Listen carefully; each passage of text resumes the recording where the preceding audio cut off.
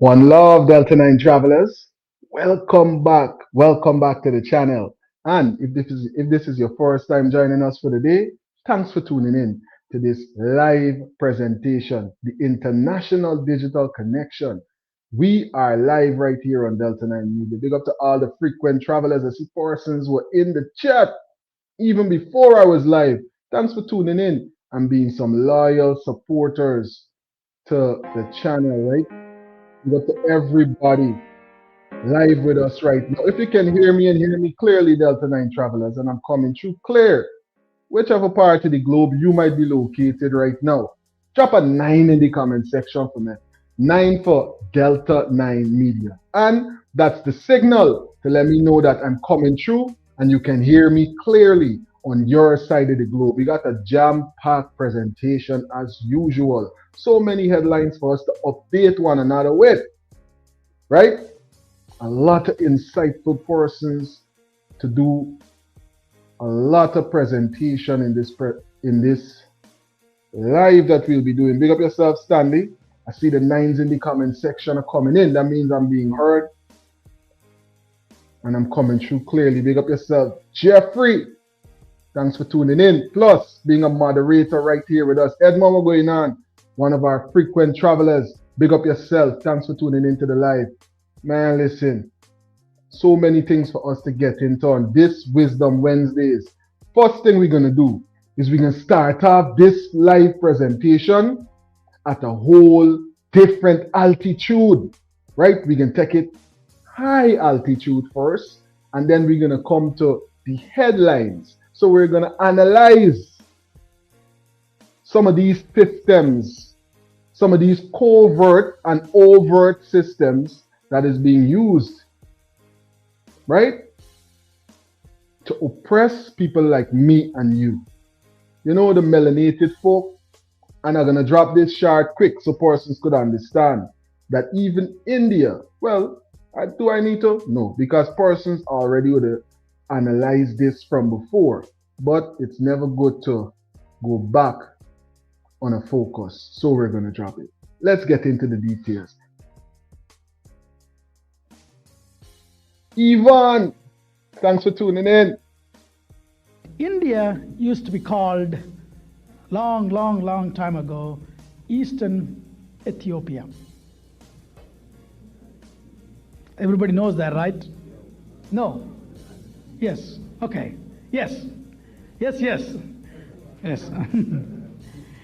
You also probably heard there is a big river in India called Ganges. Okay. To be frank, till 2 years back, I did not know what the meaning of the word Ganges. I simply know Ganges is Ganges. Do you know the name Ganges is one of the strongest and famous emperors of Ethiopia? That's right. Do you think some crazy Aryans would name a big river in India after an African emperor? Would not. Simple logic says that. All right. Why would they name it after an African leader? Why? Because it's all a part of Africa, right? And let's not forget what was done to India in 1945. I keep dropping that date because when I analyze that piece of history right there, I start to realize that it's a general oppressor, that is playing divide and rule on us. And we got to make sure that we open our minds and move beyond them limitations that they put on us and our generations before us. Some of these things we don't even notice as limitations. Some of these things, listen, as we analyze it and get into some of these details in this video and in upcoming videos, there's a lot for us to connect with. Let's get into some of this insight coming in right here on our Wisdom Wednesdays about the oppressive systems, covert and overt, that is there to divide and rule and oppress melanated people. Wisdom Wednesdays, high altitude, straight into headlines. Let's hear this. I can't maintain a system with black people being serious. So I'm going to redirect their seriousness, and I'm going to do it through something that they relate to best. I'm going to do it through a medium that they can relate to, and that is entertainment. So I'm going to twist and turn their entertainment in such a way that where it was non-justice before, where they were trying to talk about justice and head in that direction, I'm going to redirect that whole machine right before their eyes. And since they are a primitive people, they won't even realize what I'm doing, because it will all be fun, because I know how to package stuff that doesn't make sense so that it is fun. And I'll have them directing their entire existence to getting up in the morning and looking for something stupid to do. And they won't even know that they're looking for something stupid to do, because they're just that stupid, because I will have programmed them to be stupid. And from the late 1960s, after the death of Martin Luther King and the riots and the upheavals and all like this, and black people with their fists in the air and all like that, and trying to stumble and fumble and find their way and get focus, white supremacists made a blueprint and put it into action. And that is, I'm going to have these people so confused, they don't even know what they started out to do. And by the late 1970s, they had just about completed it. And we've been on that ever since. And you mentioned something very important. They're more comfortable than ever. But see, it's like making gorillas comfortable in a cage, or monkeys, or pandas. You still got them in a cage, but they're comfortable. See, so give him some bling bling. It's like giving an animal a brand new car and training the animal to ride up and down the street in it. And then you stand back and point at the animal. Like one white man said in the late 1950s. He said he doesn't care what kind of car. I can't maintain a system with black people being serious. So I'm going to redirect their seriousness, and I'm going to do it through something that they relate to best. I'm going to do it through a medium that they can relate to, and that is entertainment. Got to be very, very mindful of the things that we let in as entertainment. You know why? Because one of the most prolific artists of our time would have highlighted something, right, about the power of repetition. And this is one of the things that programs the subconscious mind, right? Entertainment. Singers, when they sing songs, it's like a mantra when you repeat a chorus over and over and over. So when a kid hears a song and he starts singing that chorus over and over and over, then you start to hear it in the alpha state into the subconscious mind. So you start to become the song, or become what you're saying.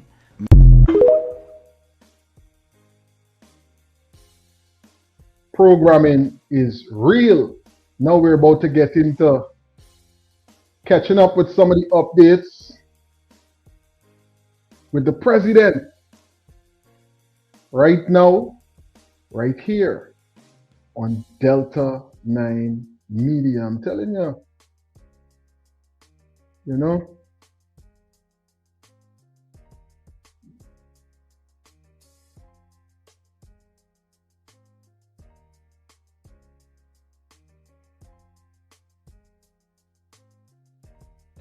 Come to meet you, Mr. President. What's going on? Hey there. Good to see you riding in the neighborhood. Give me a hug. Yes.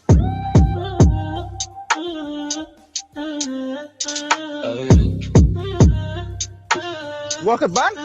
What you do there? Yeah, I'm in all in there, right? Where are we? Yeah,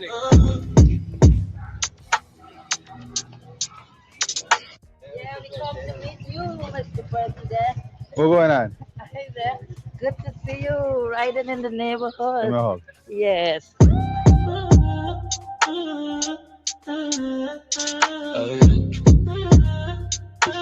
Walk it back? What you do there? Yeah, I'm in all in there, right? Where are we?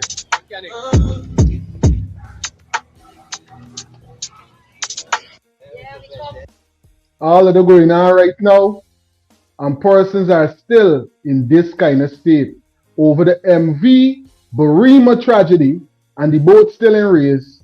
We get into the details right now, right here on Delta9 Media. I still ring his phone to see if he would answer. It's very hard. It's very hard. My husband was my breadwinner. You know, not me alone, but he looked out for everybody. Even give me last to people. That's the kind of person he is. He never tell nobody no.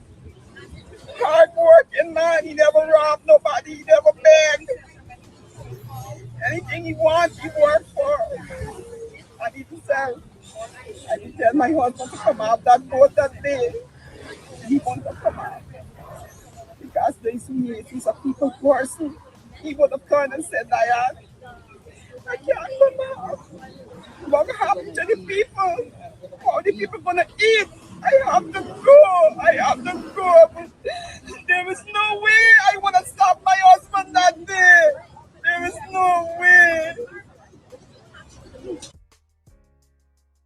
I'm telling you, condolences to the family and the loved ones of those that are still, as we can see, still traumatized by everything that went down on that tragic day with the MV Barima, right? So as persons riding around, meet and greet, enjoying themselves, what's going on with the MV Barima? It's still at the bottom of the ocean, right? And persons are right now out and about protesting, making sure that they're standing on business because of that and a number of other things that going on in the country. You know.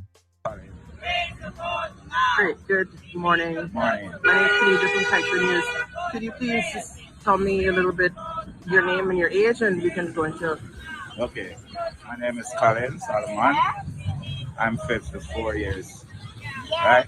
So as family, we gather out here to express our dissatisfaction about the government's slow pace and their ineffectiveness towards bringing a closure to our loved ones who have not been recovered as up to now, and the slow pace of which they are carrying out this exercise that seems very reluctant to do. And we are demanding some effort from the government, accountability for their action and the neglect over the years for this boat and all the depression condition that people travel with on this boat and have to work and all of that on this boat. So we demand justice, we demand accountability. We need our family, our loved ones to bring a closure to this. It's been too long, and I think that it is very, very uncaring of the government to even say that they need 2 weeks to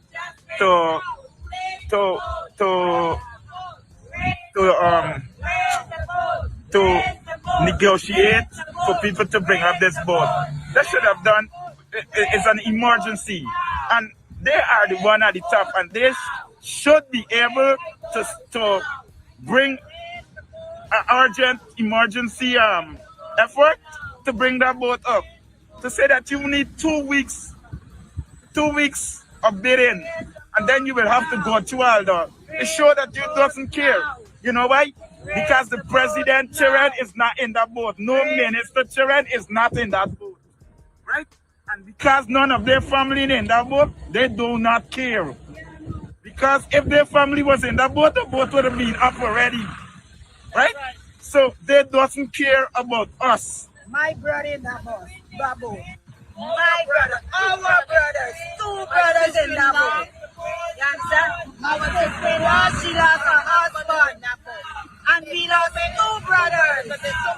And we want the boat to raise. They're raising the boat. They need to raise that boat. They need to raise that boat. They need to raise the boat now. Urgently. Raise the boat now. We raise the boat to rise. We need the boat to raise. We need the boat to raise. We need the boat to raise. Raise the boat now. Raise the boat now. Raise the boat now. Raise the boat now. Accountability begins at the top. Accountability begins at the top. Accountability begins at the top. Accountability begins at the top. So we gotta raise the boats now. Raise the boats now. Raise the boat now. Raise the boat now. No excuses. Raise the boat now. Raise the boat now. Raise the boat now. We need the boat to raise. We need the boat to raise. Uncle Neil is on the boat. Uncle Neil is on the boat.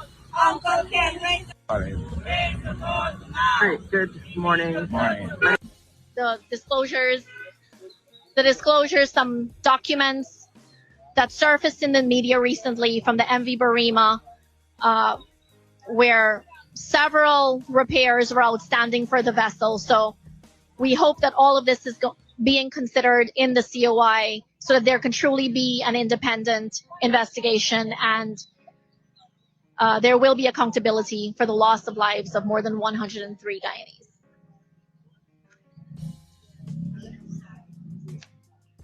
There will be accountability for the loss of lives of more than 103 Guyanese. Oh. Maybe you should close that. Okay.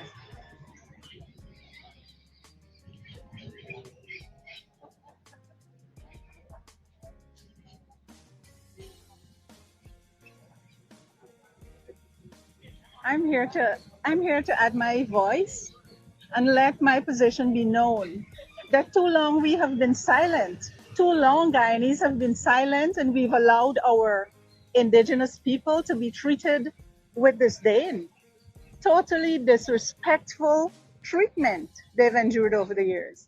From what I've seen and what I can recall, we had the Madia Dorm fire, and that just blew over. It went like nothing. Families were coerced into taking a meager sum, a settlement for the loss of their children's lives. So now. And if you are wondering what was these documents that Miss Muhammad was referencing, right? That was giving these revelations.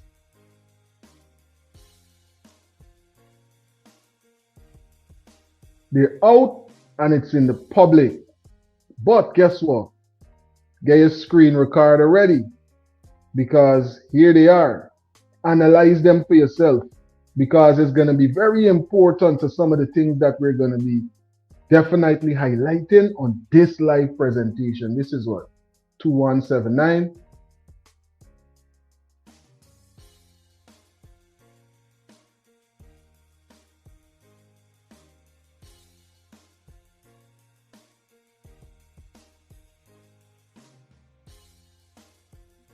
Right? Those are the pieces right there. Right?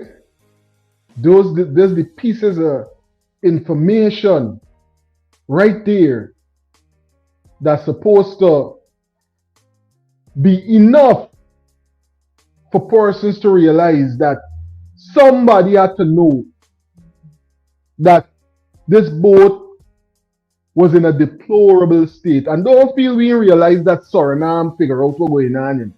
Suriname had to know what's going on with that boat from before. We're talking about the vessel from Guyana to Suriname that is now, getting a lot of scrutiny because they're saying it needs a lot of repairs, this, that, and the third. Now you know. Now you know that.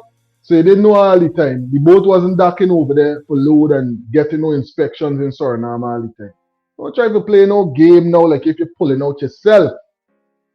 Because it seems like this whole thing is almost a multinational situation with these vessels, you know. And we can get into them details in live presentation. Let's jump into some more of what's going on with this protest outside the office of the president. Now, then we lost over 100 Guyanese, mostly indigenous. Why? Because they're too poor to afford airfare to travel. So they were forced. They had no choice but to use that piece of junk, which they call the MV Barima. And because of that, we've lost so many of our people. So I'm standing as a member of WIN, as a Guyanese with indigenous roots. I'm standing in support of this protest with the APA so that we can let our voices be heard and be the voice for those who may not be able to speak for some reason or the other.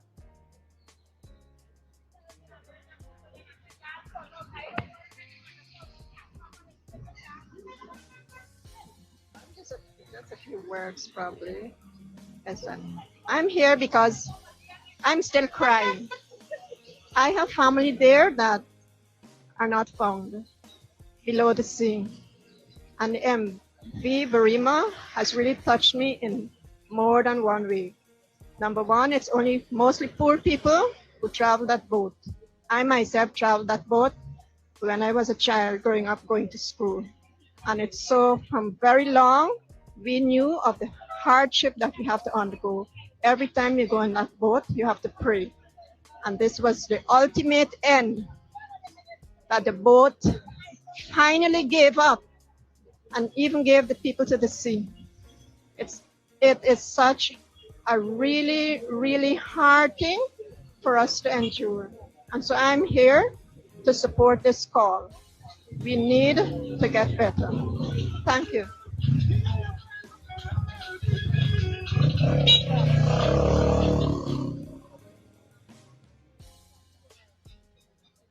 I'm currently out here to express and show solidarity for the ones that we lost at MV Barima, and it's really sad that the government is not making any step to have these two ministers resign so that the investigation could go on. It's over 3 weeks now we're here, and there is no step to show that they're willing to put these ministers aside so that the investigation could go forward. We will continue to stand here. It doesn't take how long to make sure that everything goes as it's supposed to, because 3 men are in jail for no reason. They're not the ones in control. They're the only ones that are steering. So we are hoping that they could hear our cries and do make further steps to have the investigation completed. Thank you so much. Thank you.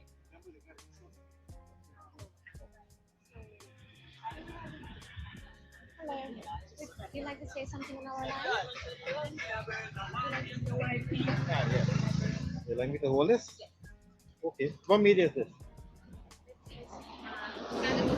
Oh, oh, magnificent. Yes.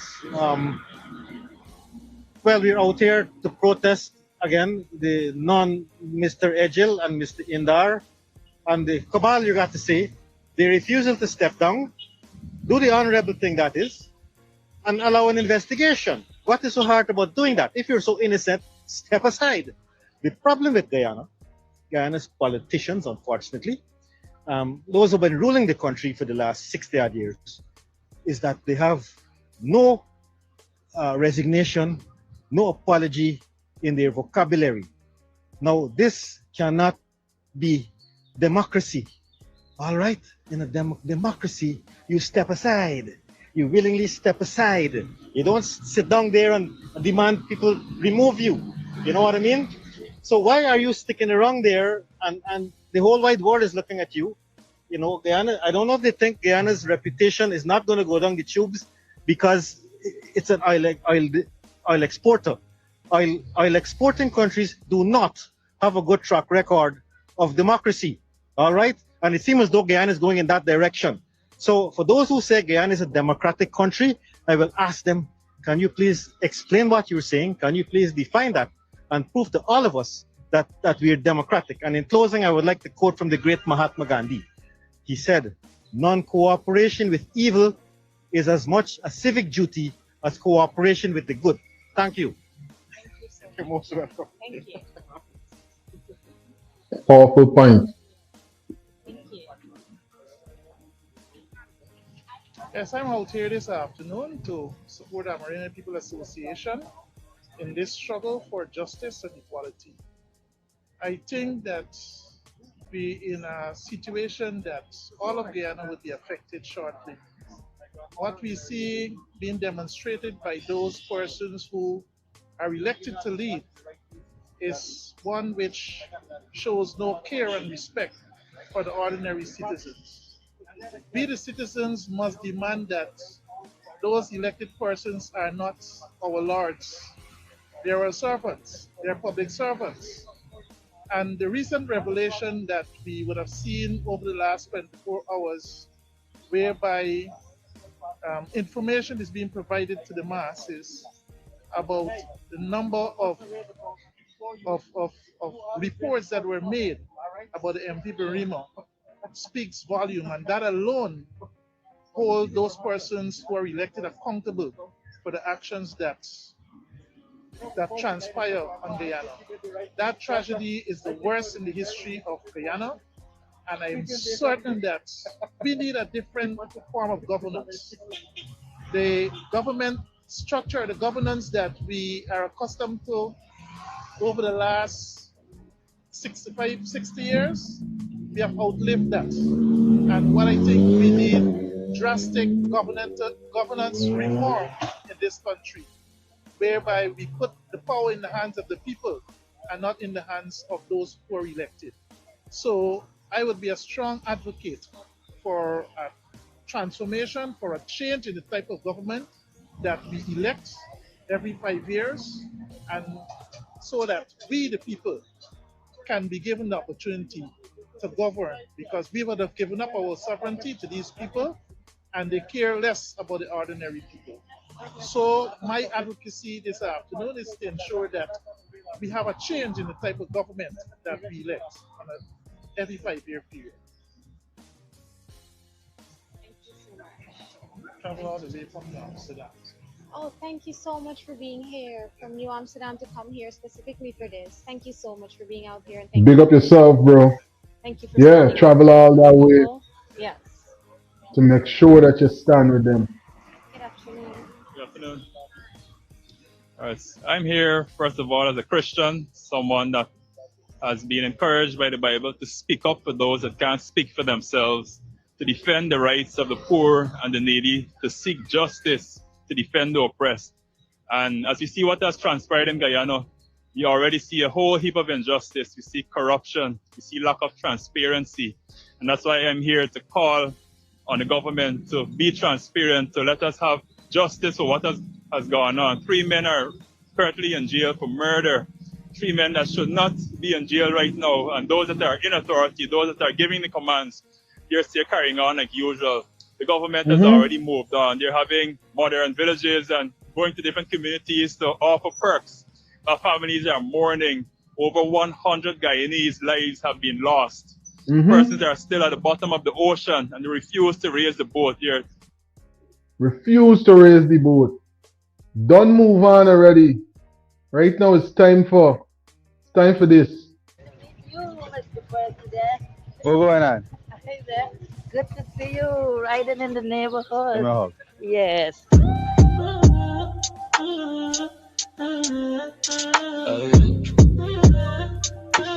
Walk it back? What you do there?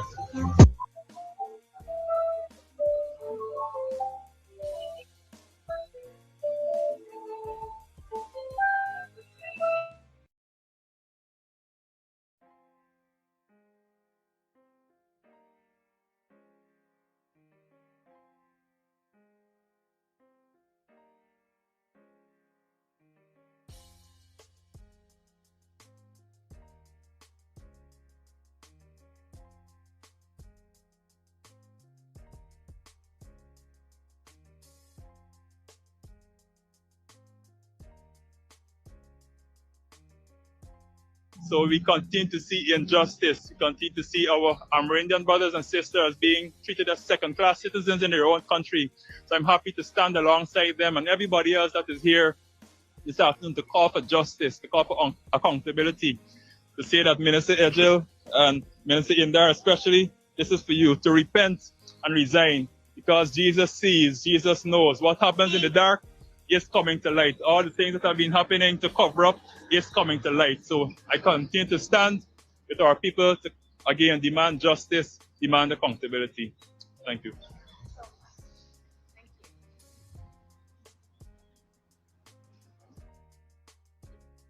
Small crowd, but a strong gathering, right?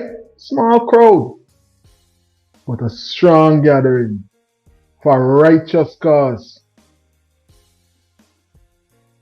Up to now, with all the wealth that we country get, even the fact that the opposition leader would have offered to raise the boat, up to now the boat ain't raised, till now, it seems like persons are already back to business as usual, while the country is still protesting, persons are still in tears, right? Is the government dragging its feet on raising the MV Barima after 25 plus days?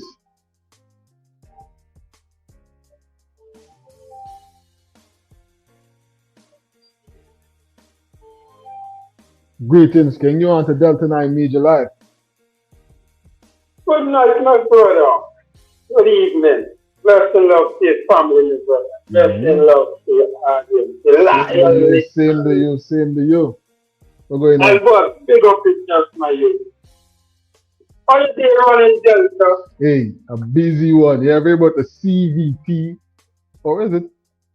Continual CVT, the transmission. You don't know what's going on there. Mechanic back and forth. I tell you. You don't know this run, but everything's smooth out. So it was a busy day. Okay. You know what I mean? Dealing with a lot of coolant and X, Y, and Z. But we here. What's going on for you say? Right now, my brother, they're getting problems for this registration, bro. Over 4 months now, registration can't start out, my brother. Yeah. And you just paying insurance for 4 months, so everything can drive through. Yeah. That's a hustle right there.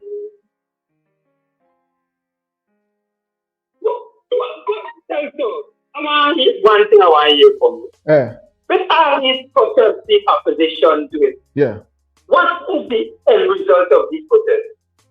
What is the magnitude of these protests? I think What is the answer to these protests? I think basically what it is keeping the government foot to the flame, for lack of a better way of putting it, so that persons could realize and understand that everybody is not just back to normal and leaving this situation alone. Persons are still advocating and coming together to say, listen, we ain't allowing them to just leave this boat where it is and don't say anything about it. It's like a collective vice going against the status quo of what's going on. I don't know if they have listen. Yeah. Is this process effective? If it's effective, I think it's a bit too early to say, but I think it's doing what it should do, where persons all over the globe are able to see, persons directly affected coming out and speaking out against what's going on. I think it's effective in that way. What way you were analyzing it? But what I'm getting at, right, Delta? Yeah. You set great points, you set great solutions. But what I'm getting at, Guyana has 700 plus thousand people. Yeah. And only a handful of people are there out.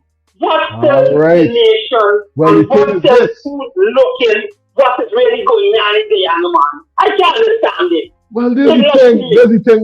If you take a closer look at what's going on, you can hear these same persons who out there protesting is saying, listen, we are the few that braving enough to step forward, even though there might be victimization to come. Let me not forget, The persons them who didn't go to Watuka house right now, allegedly, they gotta look for work. Right? This is what the highlighter was exposing. That is what I'm saying. Is these protecting because bro, what I'm seeing is that we just flinging out ourselves protecting because you know why? The government is as usual day-to-day basis, and the whole people need to stand up and stand out. So you're saying the protest needs to be larger. You're saying the protest should be larger. Exactly. Okay, yeah, we I need get to that. shut down the country instead of this thing is being effective. But there is joke because government is back as usual and normal, like nothing is happening. Oh, you sound so like it's a bicycle ride here, man. You see the bicycle? No, because bro, you know what part is this bicycle ride? You know, the black people come and hug him and camera their phone. That is the part you know. He's not gonna put him out from and hug him. He's not gonna black man come, a black person come and hug them and say, President, you're doing a good job. That is their here. But you know something though, Dion, to be real with you, right? That would be a good thing if they actually was doing the right thing by persons. That'd be a great thing. You know what I mean? Again, Delta, we are so divided. And it can get real and more real than how we divided. If No Stones Unturned was really doing something, big up yourself. If No Stones Unturned was really doing right by the people, then that would be something definitely to commend. But clear as day, persons are not forgetting what's going on. You understand? I waited, y'all. You know what's going on with me inside. I got my grandchildren, they don't even eating because they miss their father. That's what we gotta live with for the rest of our life until we get to know word. All the promises I put to go get house. All know nothing. No man. This human being, I punish a mindless for them. This human being, come on, yeah. All the promises at the famous Watuka guest house. Sign a blind Still check no to stone every unturned. victim of this. Let me tell you why. Nothing in really The come director out of of public prosecution came out today and said these three guys right here, there was enough evidence to charge them. If you look at my earlier video, I made it clear. These three guys are employee of the state. So if the DPP is saying they should be charged criminally, she's also saying that the government would have conceded it is their fault. These guys are not employed by themselves. Let me explain to you how I mean. Greetings, you're on to Delta9 Media. A minibus would have turned over. Greetings, Delta. And the driver survived. All right. Yes. Watching your stuff. Bro, as I'm saying, I must commend you again. You do a great program. One of the most neutral program. And you know, I really enjoy listening to your stuff. I look forward to hearing your stuff, you know. Thanks for tuning in, man. Glad to be of service. Yes. You know, again, bro, I mean, I feel that bicycle ride, that's so disrespectful for me. I believe it's very disrespectful. This man has gone about like nothing happened, nothing is going on. Like, and the sad thing is these people running and welcome this man, bro. Like, you know, people should I don't know when the people are gonna stand up and stand. You don't have to embrace him. People need to start, you know, chasing these people or resenting these people, because for him right now everything is normal. And I think what he did there today was like a test run to see what kind of reaction he's getting. Yeah. And he's testing out stuff. He's watching to see how people are gonna react and stuff like that. And he got Don't forget we're dealing with master politicians, you know, so they know how to manipulate a crowd. They know that they got sociologists advising them. They have all of this to their advantage. So persons got to be very mindful of what's going on right in front of them, right in front of our faces. We're seeing them trying to coax us back into business as usual, and that boat's still in the ocean with people in it, bro. also, I saw, what's his name? Nigel London was doing a bit of a measurement and showing you 50 feet. Like, it's not a lot that's not a lot. That boat is not that deep. So, and now, even until now, they haven't come up with a salvaging company yet, right? So they're just dragging their feet on this whole thing, and it's so sad. Also, now pretty soon you have actually CPL started already, and by next week it's all CPL and all the things going on. So the distraction is there. Yeah. You know, I mean, going around these villages doing that village stuff, whatever.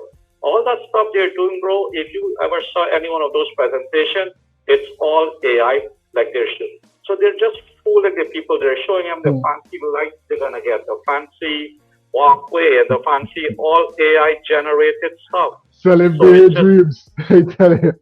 Yo, it's funny, but it's not funny at the same time, bro. I'm telling you, it's terrible. Because it shouldn't be like that.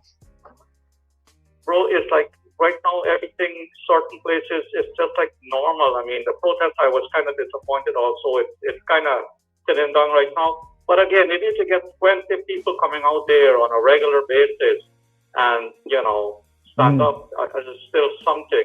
But it's just like, you know, I don't know, bro. Also, I saw Doggy. Doggy was cussing out Azurdine. He was kind of cussing and threatening Azurdine because Azurdine mentioned that contract about Guy America. Yeah. They got a contract to do some stuff for 121 million or whatever. Yeah. And Doggy was saying, those guys are my friend. Guy America is my friend. And if you're going to mess with my friend, then you got to mess with me. Like, you know, that's like, you know, I mean, here was a guy, you know, I don't know, man. I don't know. Then I saw Claudine. Claudine was cussing out, she cussed out Melly Mel. Like, you should hear how someone cuss Melly Mel, bro. Right? Listen, I don't try to tune in too much with Claudine because her being an elder, you understand? It's like, what could you really say to Granny? Yeah, you just gotta say respectfully, keep your distance, and you stay your distance because you know she's an elder, and at a particular point is like, yeah, she's being disrespectful in certain ways and stuff like that, but at the same time, it's an elder, so a certain amount of respect. That's just for me that I would always gotta give, you know, the elder Claudine. But she's very reckless with it. Yeah, but from the PPP point, from their side, bro, it shows how classless they are. I mean, they as a party should try to calm this woman down and said, you know, Claudine, it doesn't look good on our side. I know you're standing up for us, but it's like, I saw her cussing out Ganesh Maipal also. Exactly. She put a cussing on Ganesh for being in the cell. You know the thing that we gotta realize though, bro? They're the ones that facilitate her doing these things. You know? Exactly. So like critics have calmed down, and now they have Claudine. Critics at one time, critics was their mouthpiece, but critics is calm. But you know what? In the meantime, critics is making a lot of money, though. I'm telling you, you should see the operation critics is running right now. To be honest with you, right now, he's going through a lot. I want to say condolences because he would have lost his mother, you know? He's going through a lot right now. Respectfully. But critics right now, you should see the operation he's running, though. I don't know, if you by any chance get a chance, you check critics page, and he has got all Spanish and Indian people working for him. Like, you know, even him, critics went last week into a village on the east bank. He took like a big machinery. What he's doing, he was doing pile driving. The man have a state-of-the-art pile driving machine right now, which is the. But you know what? The machine, he took it into that place and he damaged the road, he damaged some pipes and stuff, and he just left it. Now he's saying he's going to go fix it. Like the man has no respect also. And again, it's all these people in the PPP, bro, they feel so powerful. They're so disrespectful. And they're like power hungry, power drunk, bro. And that's what I'm seeing, right? That stuff. There's another place, I always keep telling you about that jumbo jet. There's jumbo jet racing. There's a stable in somewhere up in Barima. Those guys have like 25 horses. Those horses have air condition. Those horses have a water purification system in their thing where the horses can. These animals are being treated better than some people, the people in Guyana. Yeah, because we highlighted a video on the live this morning with persons living in a place for years, no portable water, no electricity, right? And the leader of the opposition was there highlighting what's going on. Yeah. So the fact that you're hearing now horses got AC and water filtration, oh Right. Also, there's again, I saw there's another guy. His name also is Peter Lewis. Peter Lewis, he's another big supporter of the CPC, and this guy gets big contract. I see he's building a hell of a barge right now. A big barge this guy's building. And again, his workforce is all Spanish-speaking people. I saw them doing some casting today. It's all Spanish. So that's what I'm saying, bro. The Guyana government also right now is encouraging and they're taking advantage of the Spanish labor force coming into that country right now. Yeah. And a while ago, I mentioned something to you about Irfan's wife owning. It's called a cafe, and there's a hotel called Aden by Best Restaurant. Yeah. She owns a cafe there. Now somebody is saying she's not allegedly. She owns a hotel, not a cafe. She owns the hotel, right? I mean, Edghill came up with some stuff and saying the woman owns a hotel. The Best Restaurant is just a brand name. Best Restaurant, the franchise. But they're saying the hotel is owned by Arya allegedly, bro. So much stuff that's going on in that place, bro. And it's a group. There's a set of people. There's some names I keep seeing popping up, getting all the contracts, getting all. It's like that elite group, bro. There's a group, that elite group that's just stuck in the getting everything, man, everything, right? And as I'm saying, bro, I don't know how this is all gonna, unfold. Unity or else is more the same. That's the only key. That's why I use that template a lot, because that's the focus that persons gotta realize. If the opposition and persons in the country don't have certain amount of unity amongst themselves, there will be no strength, and strength is what's needed for us to put persons in these positions of power. A strength of mind and a strength in the community as Guyanese, because it's necessary. Look at what's going on in the country, buddy. It don't even make no sense when you try to rationalize it. Yeah. Thanks for calling in and dropping those insights with us. Okay, bro. All right. Don't even make no sense. You got a boat at the bottom of the ocean, well, 50 feet down, because it can reach to the bottom depending on that location, right? And before we see the fastest and best, most effective way for us to salvage, persons got time to deal with all of these other things, right?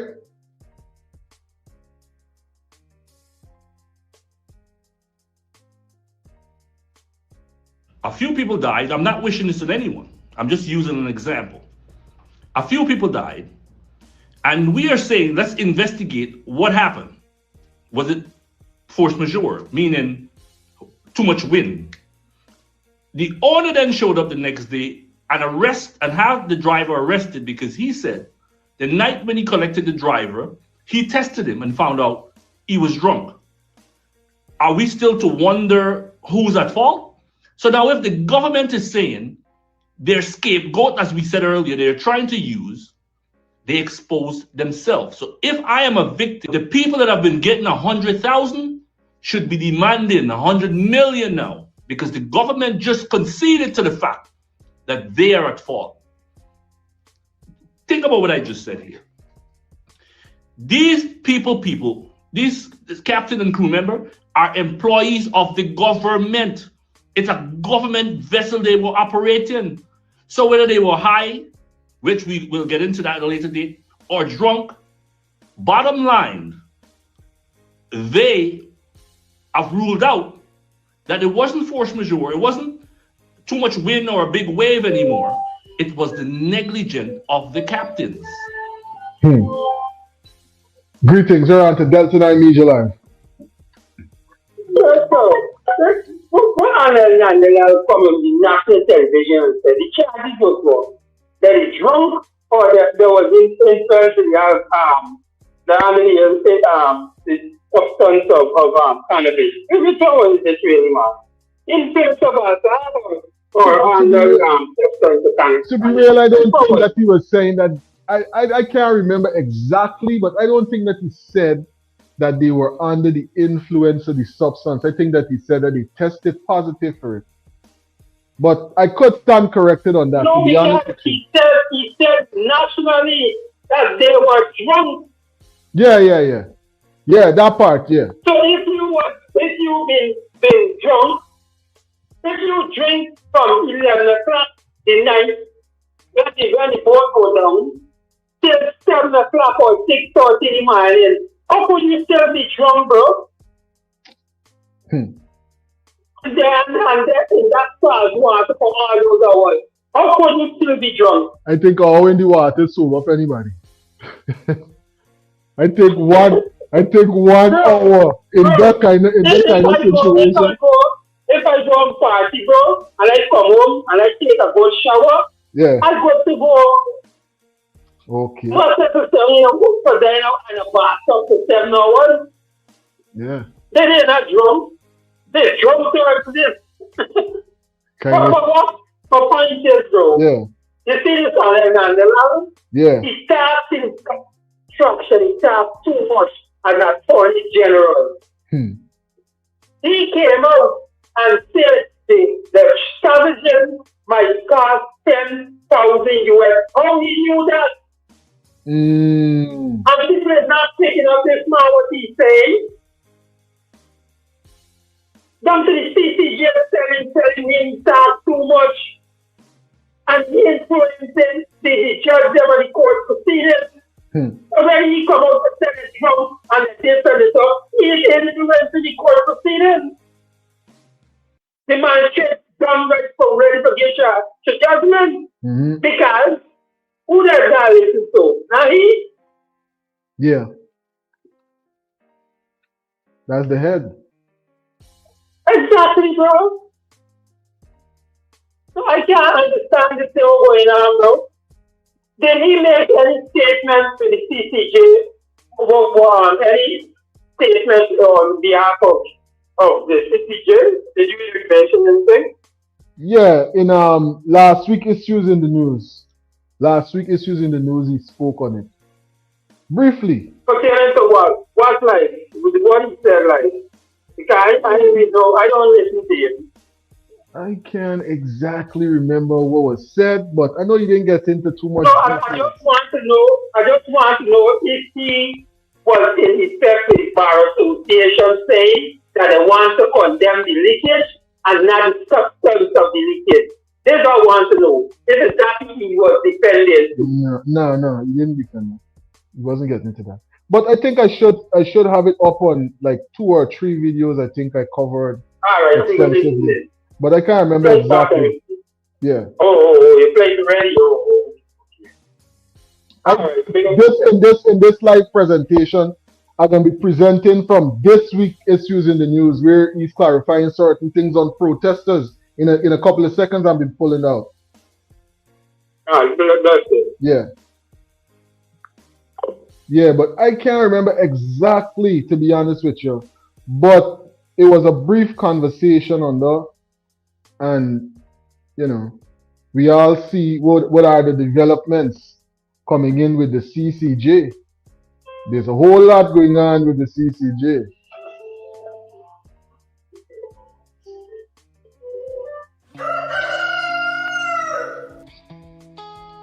A natural way to stay ready, baby. 'Cause I'm ready for you, Mr. C. The ultimate male supplement, men's total wellness formula, packed with essential nutrients for men's health. She'll call you Mr. C. Yeah. These people cannot charge these captain and crew members for murder because number one, they had no gun. Or no guns. They had no knife. Yeah. They had no sharp tools, bro. And they to kill anybody. They had no mens real, right? towards going out and doing this. They didn't premeditate this. Right. It was no premeditated act. Yeah. I could remember, I called him from Madjo Region 8, right? Big up I could remember when that storm was born in. Right? Yes. A police by the name of Mangal, an Indian policeman, was here. Oh boy. And when we rushed down to the fire, the fire really didn't meet us yet. And people tried to break the building to get out these children. Yes. You know what that man said? Don't break the building. Well, I started to open them out. Don't break the building. Some people still go around to the back and break the building and pull out those couple children that live. For me, one, that you can't tell me that. Yes, when I hear the songs of the choruses, you can't tell me that. At Warrendown Region 8, the same man again, Mangal, with his dorm that born in Warrendown when the little school girl running back with his slippers. Everybody cleared the dorm and she running back with his slippers. Maybe the only source of footwear that the girl had it. She died. Wow. I just giving you some lowdown about this policeman, Mangal. He was at Region 3 when Adriana Young died. He is at Region 2 with this boat that go down, right? When the shooting in Linden with Fortuné and Paul, this was at Region 10. And people are reading through this like this, and it's a strong thing for the PPP. These people are cultural. Yes. You understand? Right, because when you talk about the PPP, you does be victimized. At least I was a person that was victimized by Minister Frank Anthony and Michael Gobay. Because I am the 3 people that talk against the born down at the dorms. You know, we had a hard time. We had to that. So these people is called.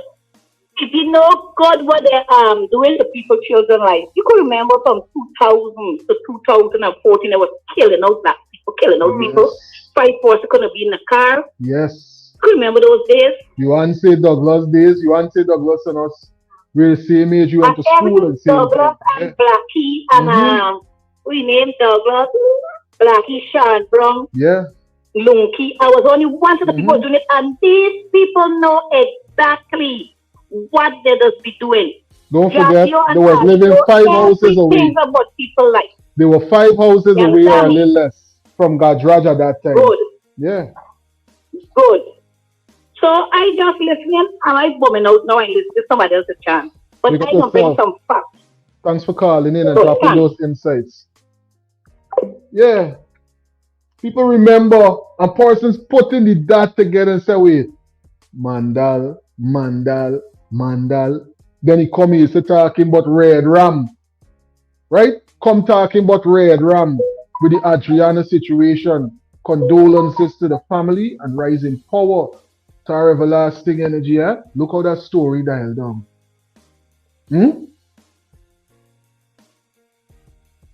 Jeez, bro. I'm telling you, when you think about them things, just really put you in a different zone, yeah?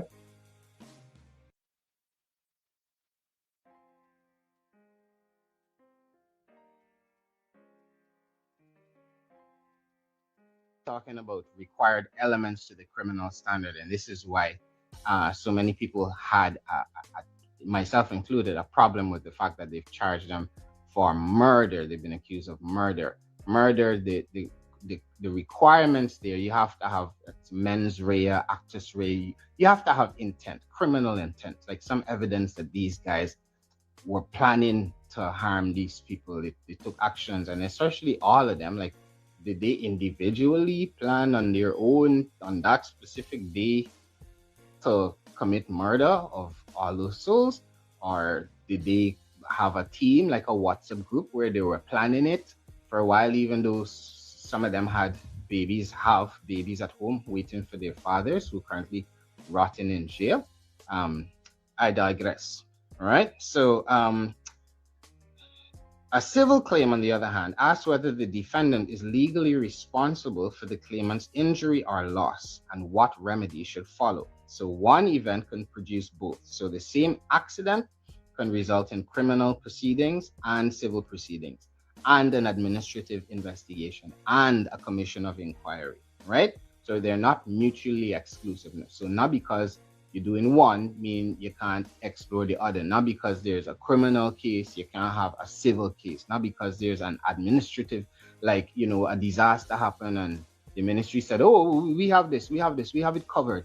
We can just do a commission of inquiry. No, not so fast. There's a lot more to this, right? And they would love to limit it to just I'm telling you, they would love to limit it to just a commission of inquiry. This is why this information is important, not just for the public, but I'm really hoping, and I will endeavor to do my best, that it reaches the people that have been affected more personally by this disaster. Because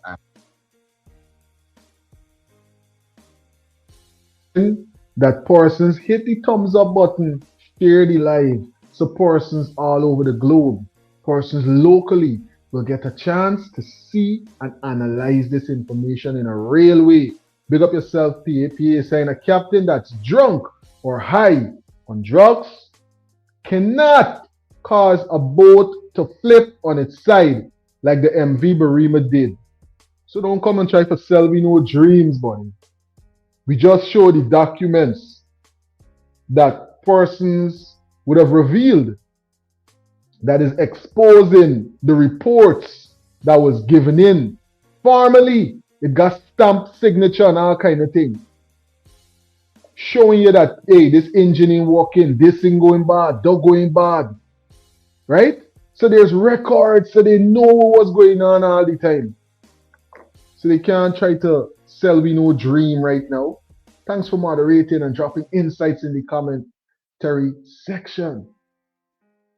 Swan girl, pick up yourself. If the captain was drunk, he would have been drowned. Real thing. Real thing. Listen, there's so much for us to analyze about this situation. There's a lot going on with this. Black Ice Shelly, thanks for being a part of this live presentation.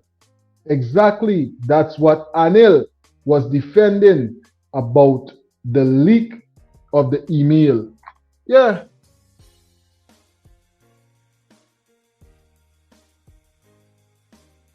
Cheryl is saying, I cannot see the people is letting the PPP government do whatever they want in that country. It's like they all are brain dead. Is that persons are completely, I think probably not completely, but a lot of persons are afraid of the victimization that is present and definitely taking place in a lot of ways. Some of these ways, you know, a lot of persons might not even be that brave or might be too ashamed to expose, you know. Portable water and clean drinking water, free from harmful germs, waste, poisons, and chemicals. Marcia saying good evening to the Delta9 Media family and friends. Big up yourself, Marcia. Thanks for dropping insights in the comment section. Plus, thanks for calling in and dropping those insightful views with us. Sly, what's going on, buddy? Thanks for tuning in. Vibert is saying one people, one nation, one destiny. That's the motto.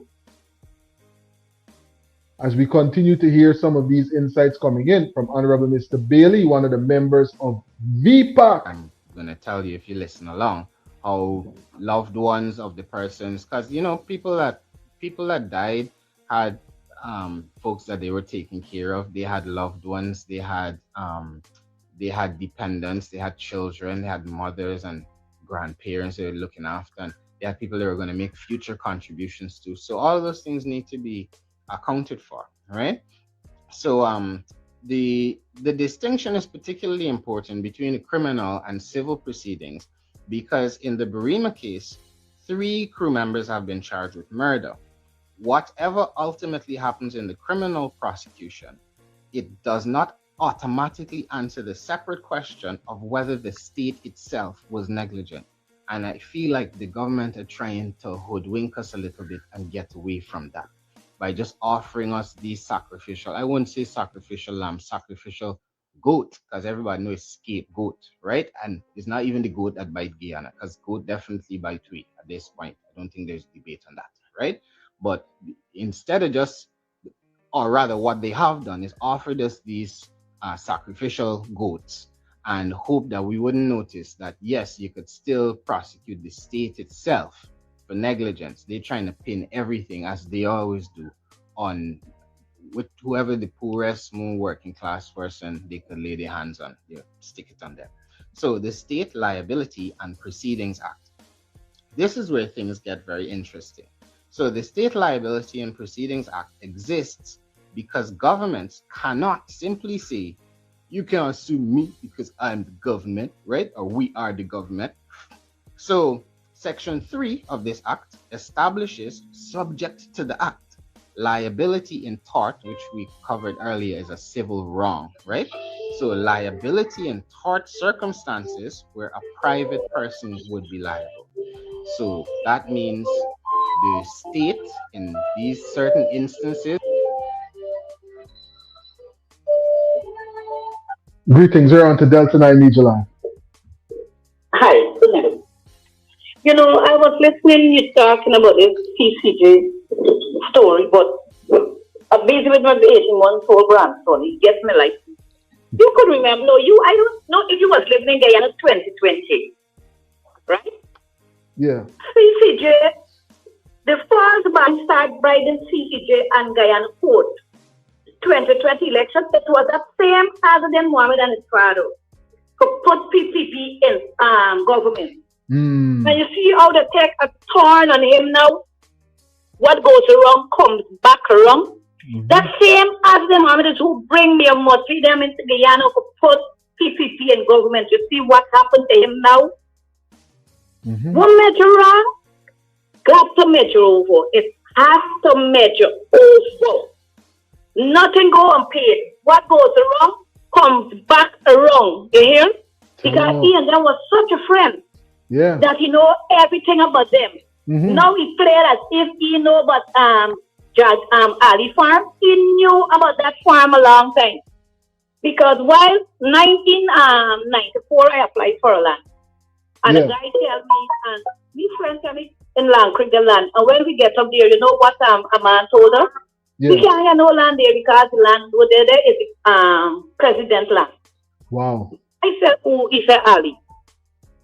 I mean, a woman talk about Kamudi Creek. He's going to talk about Kamudi Creek or Kamudi Creek with your farm. Mohammed know everything about the government. I'm pretending as if he don't know, telling people about farm. He know about it just by biting me.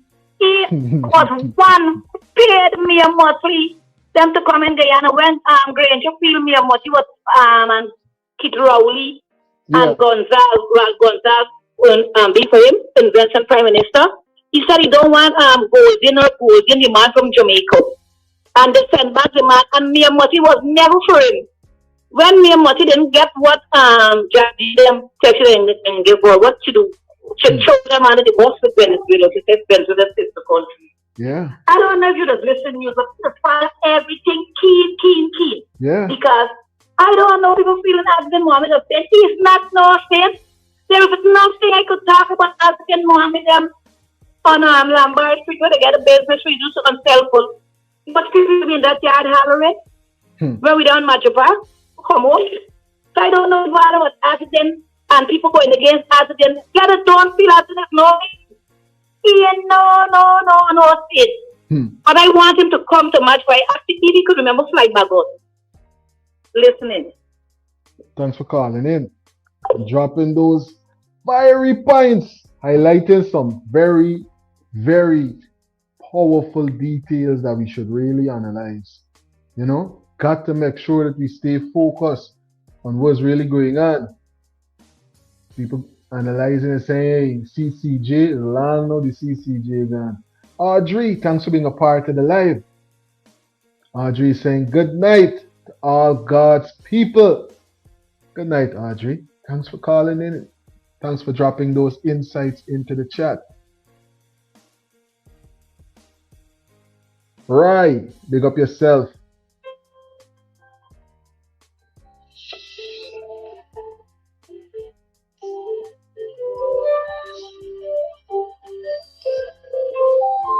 Greetings, you're on to Delta9 Media. So, Yeah. who asked you one question? You're a big man now. Mm. All the friends we get, and they have, all of them are still your friends. You ever get wrong with any one of them? And they're still not your friends? Or everybody's your friend still? No.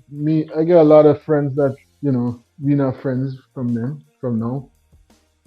Get a lot of friends that were friends that's not friends no more.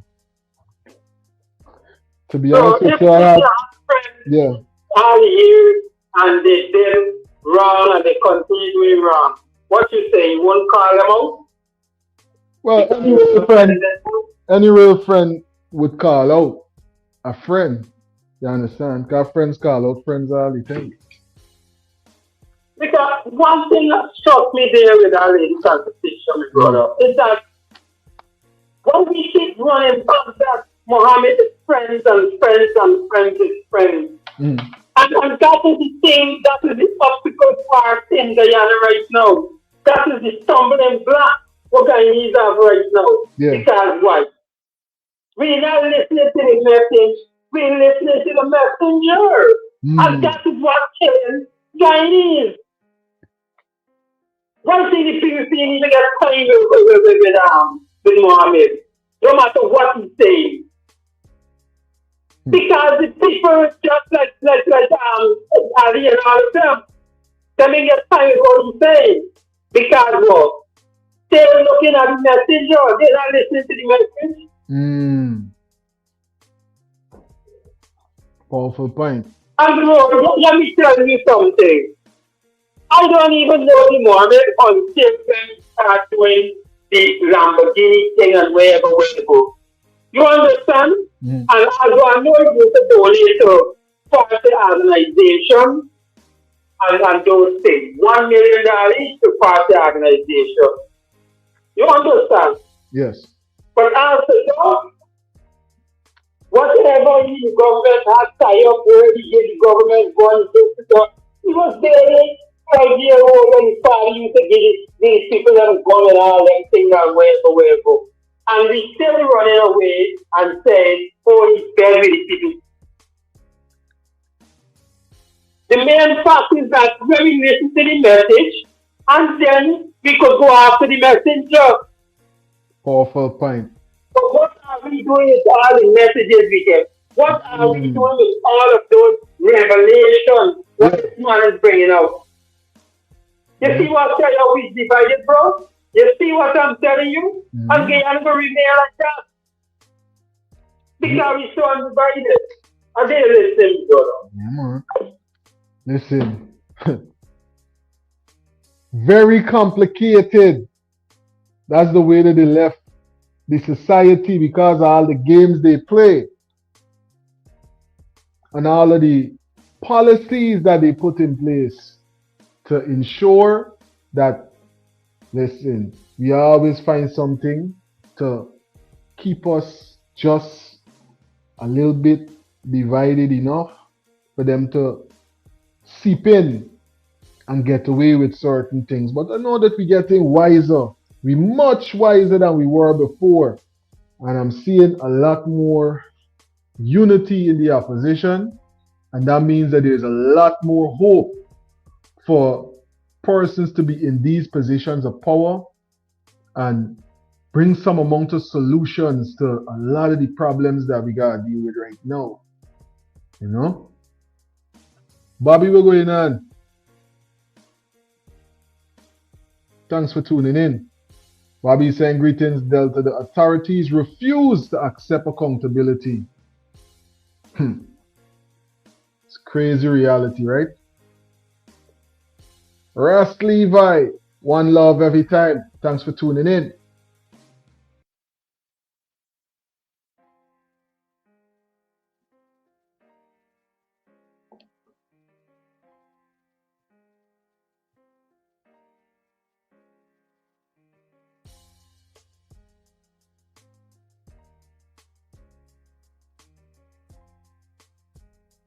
Linden is saying Guyana is in trouble.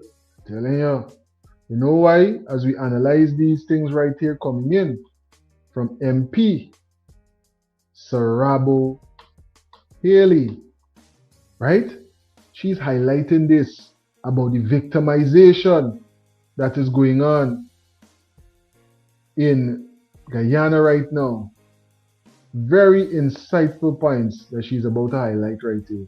Any nation, when its people have to stop and ask themselves a very serious question. What kind of country are we becoming? What kind of country do we want to become? I believe that Guyana is at a dangerous point right now. The government has become increasingly comfortable with power. And when a government becomes so comfortable with power that it stops listening to its people, it stops answering difficult questions, and begins to believe that it can do whatever it wants without consequence, we have to pay attention. I hope we are paying attention, because that is how authoritarianism begins. It begins when power becomes more important than accountability. It begins when the government believes that its critics are enemies. It begins when people are afraid to speak because they are afraid of losing their jobs. They are afraid of losing their contracts. They're afraid of losing their opportunities or their livelihoods. It begins when public institutions are treated as though they belong to the political party in government rather than to the people. It begins when those in power start believing that they are untouchable. I truly believe that the PPP has become very good at distracting us.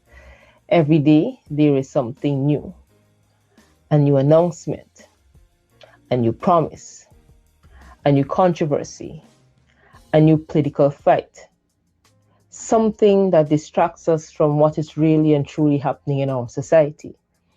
And while we are looking at one thing, something else is happening quietly in the background.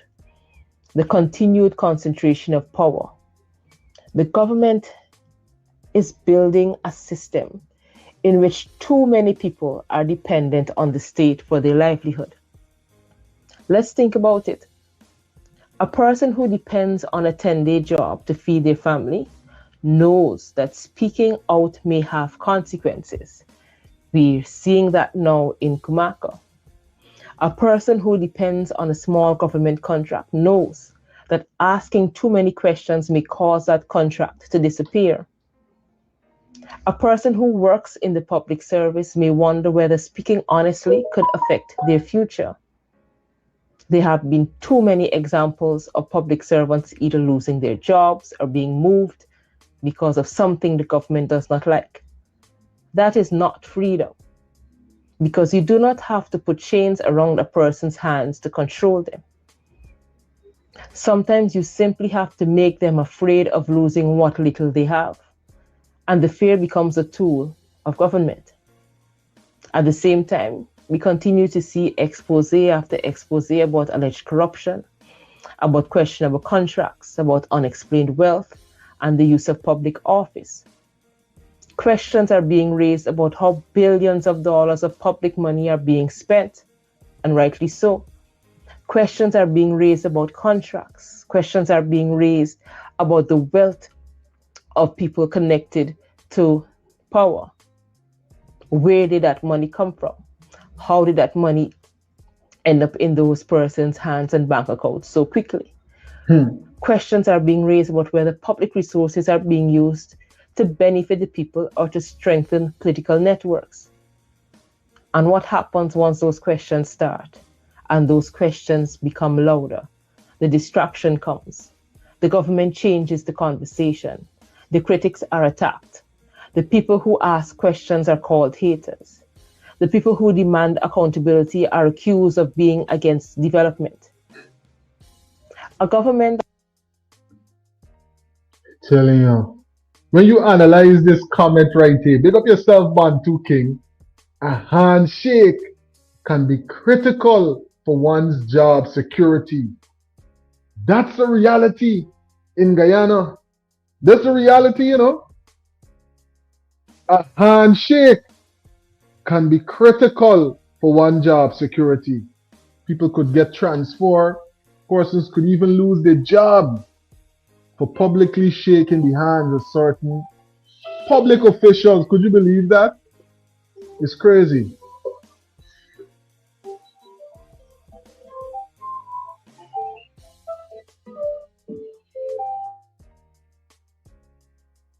That welcomes scrutiny is a government that understands that power belongs to the people. But that's not what we have in Guyana. We have the opposite. We have a government that fears scrutiny. And any government that fears scrutiny is a government that is becoming authoritarian. And we must admit that we have long past becoming. And we have to be honest about what we are seeing as a country.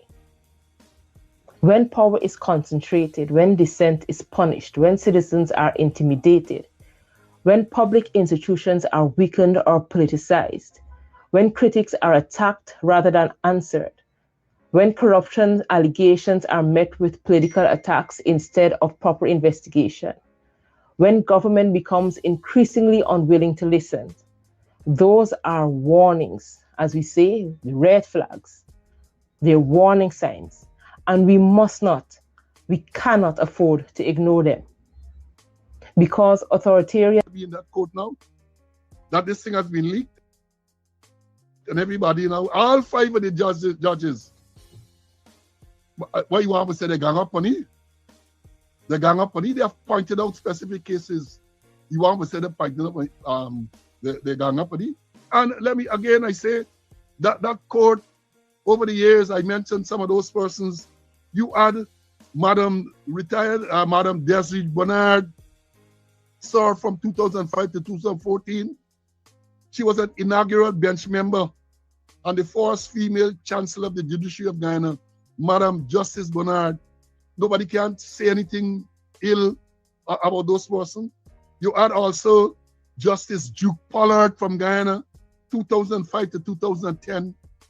Then you had Justice David Aiton, 2005 to 2018. You had the late Justice Witt, right? You saw from 2005 to 2023, to 2023, 2005 to, well, they said 2005 to 2023, Justice Witt.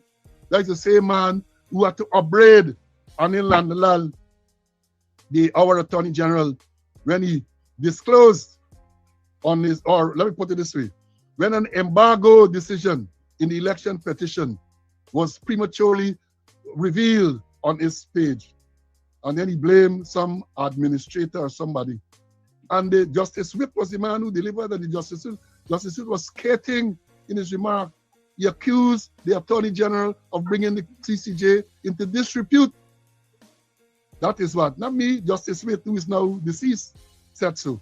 Then you also have Andrew Borges, who was there from 2019 to 2025. So you have people of caliber, and you still have people of caliber on the court. But everything seems to be pointing to the man who is there as the president. The man who is there as the president, things are pointing to. And then, let me play this one for you now, because yesterday, there was an interview with the leader, former leader of the opposition, Mr. Norton. There was an interview, and it's about 2.5 solicited. Leader of the People's National Congress Reform and APNU, Orbie Norton, has issued a call for reform of the Caribbean Court of Justice in light of recent allegations surrounding the president of the Apex Court for several Caribbean countries, Justice Winston Anderson. In an interview, Norton detailed his own experience with Justice Anderson, describing an approach he says raised serious concerns about the judge's impartiality and involvement in Guyana's domestic politics. It has to be impartial. It has to live by judicial culture of independence and separation of powers. And to me, Justice Anderson was involved in some amount of overreach. Norton recounted being told that the then acting Chancellor, Justice Yonette Cummins Edwards, had already agreed to step aside to make way for another appointee. And hear what the statement from the Guyana Bar Council says. Statement by the Guyana Bar Council of the statement of the Bar Council of the Bar Association of Guyana on media reports concerning the leak of internal correspondence among judges of the Caribbean Court of Justice. That is the headline. It goes to say now, the Bar Council of the Bar Association of Guyana has noted with grave concern media reports concerning the leak of internal correspondence among the judges of the Caribbean Court of Justice. The Caribbean Court of Justice, as Guyana's final appellate court and the only court vested with jurisdiction to interpret and apply the revised Treaty of Chaguaramas, must remain a bastion of justice in the Caribbean. Its institutional integrity must therefore be respected, protected, and preserved. Internal correspondence and deliberation within the court are and must remain confidential. By itself, the act of disclosing such correspondence, not its content, risk bringing the administration of justice into disrepute. The legal profession expects and respects robust discussion among the members of the court. The honor to have all issued a joint statement, and I want to share this statement with you.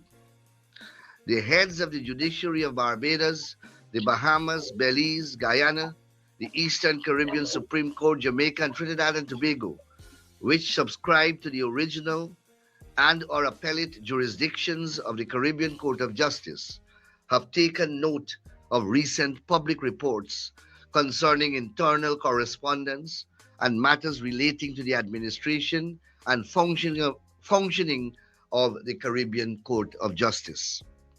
The Caribbean Court of Justice occupies a position of profound importance as a regional institution and within the regional judicial architecture.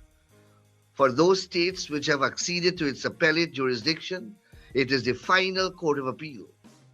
And for most of the states of the Caribbean community, it is the court of original jurisdiction, vested with the powers to adjudicate on matters involving the revised Treaty of Chaguaramas.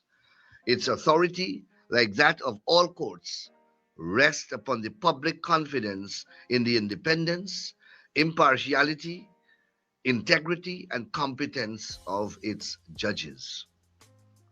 We do not consider it appropriate to comment upon the merits of the statements or allegations attributed to individual judges, nor upon matters arising within the internal deliberative or administrative processes of the court.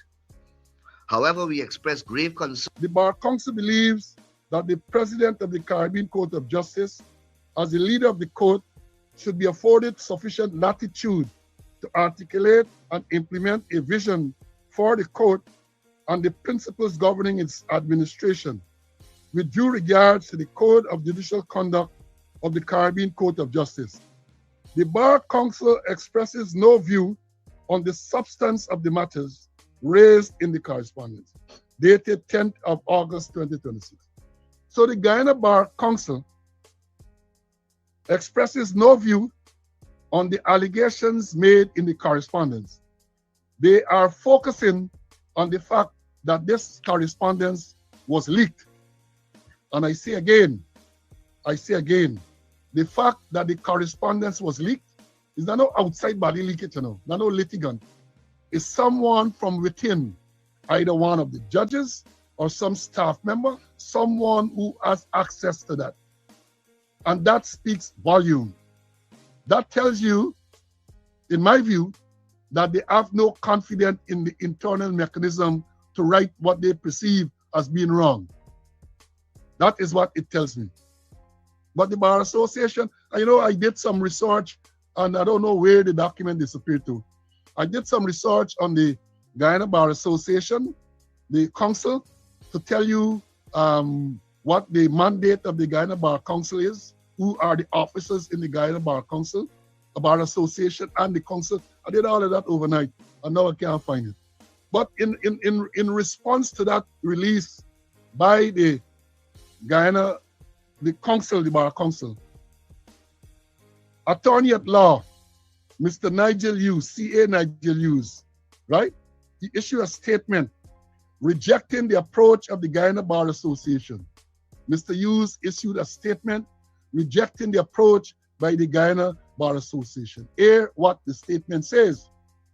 The recent disclosure of internal correspondence among judges of the Caribbean Court of Justice has understandably generated widespread concern throughout Guyana and the wider Caribbean.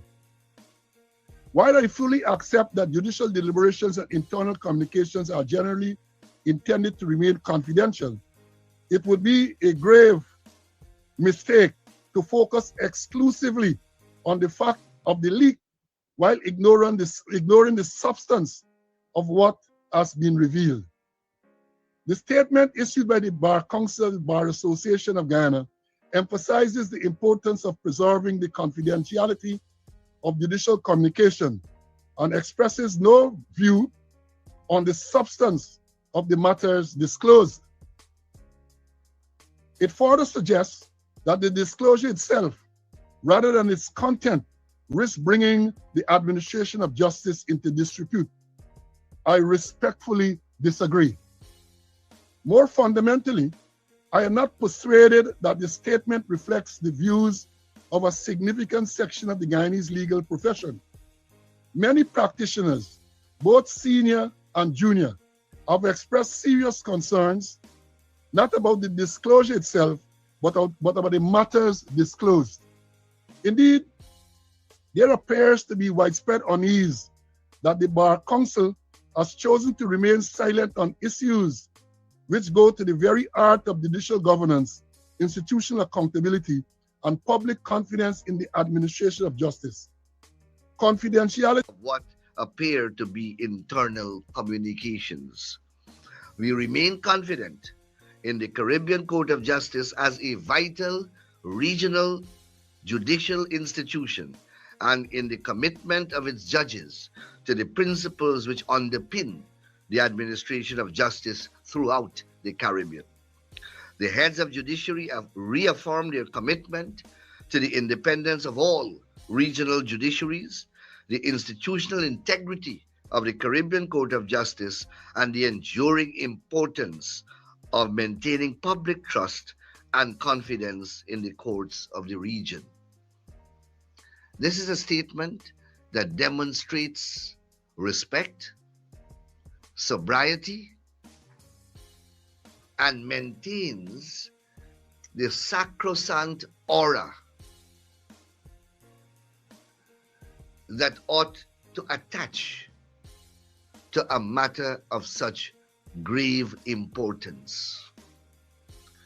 The tone of this statement, the content of this statement demonstrates judicial rectitude and restraint, becoming of the institutions from which this statement emanates. Listen to the crucial paragraph. We do not consider it appropriate to comment upon the merits of the statements or allegations attributed to individual judges, nor upon matters arising within the internal deliberative or administrative process of the court. However, we express grave concern about the breach of confidentiality which resulted in the disclosure of what appears to be internal communications. My confidence that judicial institutions operate in accordance with the principles of fairness, transparency, accountability, collegiality, and respect for established processes. The information contained in the leaked correspondence is deeply troubling. According to the reports, concerns were raised by a majority of the sitting judges of the Caribbean Court of Justice regarding issues of governance, consultation, decision-making, judicial administration, and leadership. Allegations reportedly include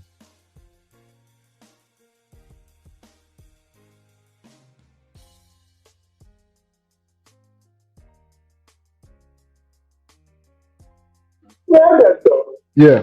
If our Attorney General could make such an alarming statement, there's not a right from what the actual bar is saying. There's nothing different. There's nothing different, bro. And you know why both of them come out and mentioning that? Because they don't want people to think that they have anything to do with the decision and they don't to be Mohammed. This is all about it, you know. This is all about it, you understand me? Yeah. But it's to show you that you ain't safe for planning your own backyard, bro. You ever tell you? It's showing you that nobody is safe. Only who get money from the government and state. That's all. Nobody else. Crazy reality right there. Big up yourself. Thanks for calling in and dropping those insights in the live presentation.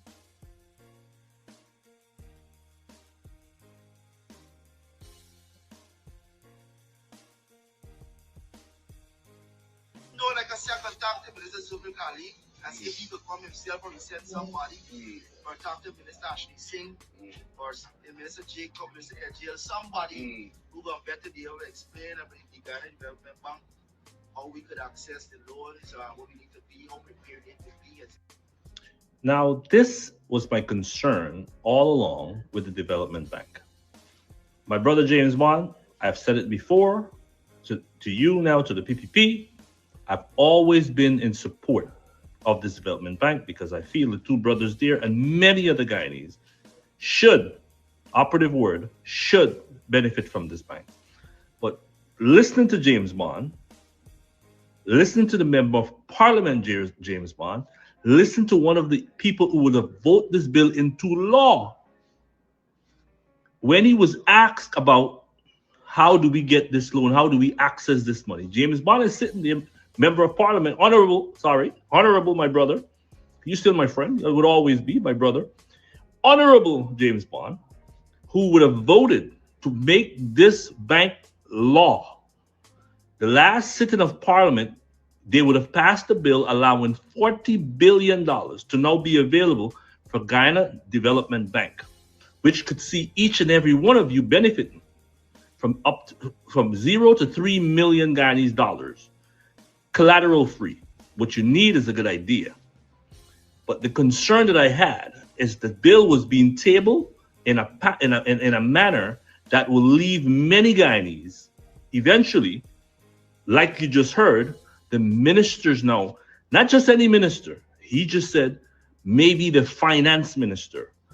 Just imagine that we now have a bank that's going to be able to help all of Guyana.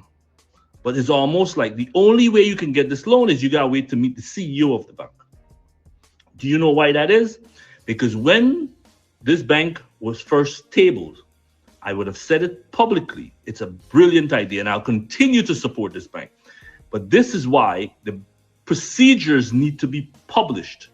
To this day, many Guyanese have been calling every day. What do we do? What do we do? How do I tell you what to do when the person that was there who voted this bank into law don't know? What I do know for sure is that there is some bias. There is some bias in some of the institutions. There is some bias in some of the organizations whereby you see a proliferation of other ethnicities. So you, for example, look, and I know you have an issue with the banking institutions, but for Afro-Guyanese to set up businesses and for them to get available funding, there are greater hurdles that they face. Risk of becoming a political tool, because when you have to have members of the government come and meet with you in a community to tell you how to access this bank, it almost tells me that the bank don't have no procedure or no guideline. What are the guidelines to the bank? What does a person need to do to get the loan? It still can be and should be published, while it can be part of the law. But now the discretion is going to be left to people on the side of the road having to meet with a minister, when this should have been something that was in a public database where every mom, pop, and child would have been trying to get their documents in order right now so they can prepare themselves for this loan. But now we now have to rely on politicians to show up. I've said it before and I'm going to say it again. When a politician have to come in your community, people, to tell you how to get a house lot, how to get your drain clean, how to apply for a loan now from a development bank, it tells you there are no agency that works.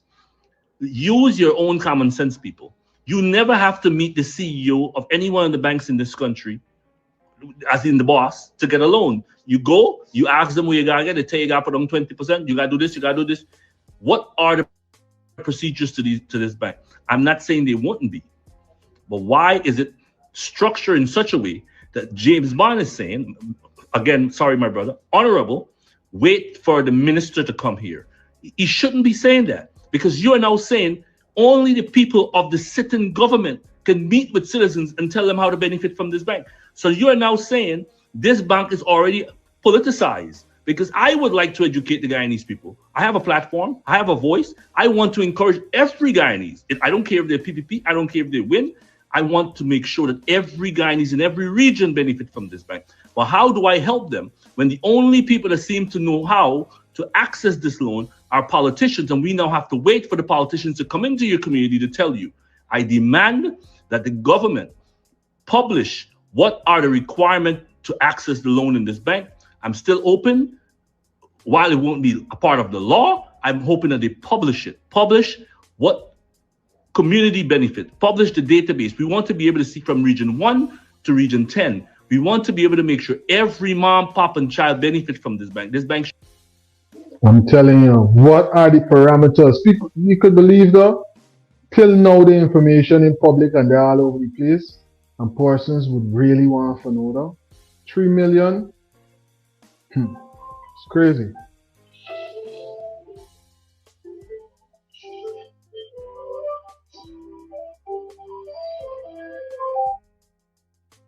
Greetings, you're on to Delta9 Media. Doctor, my brother, you come home back and you go and get a loan, you know, you can't duck, you know, my brother. You can't get a loan, you know. You think I don't?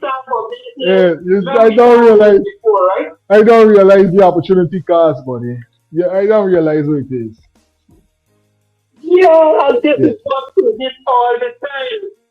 They're telling you you don't have to get no collateral damage, you don't have to get this, you don't have to get that. You're paying 0% interest and this and that. Who are the people earmarked to get these loans? Yeah. And here what you have to do, you have to sign up. So when you sign up and then realize that you was a win supporter or you was an athlete supporter, they're not going to tell you you're not going to get it, you know. Yeah. But wait and see how long it's going to take you before you get it.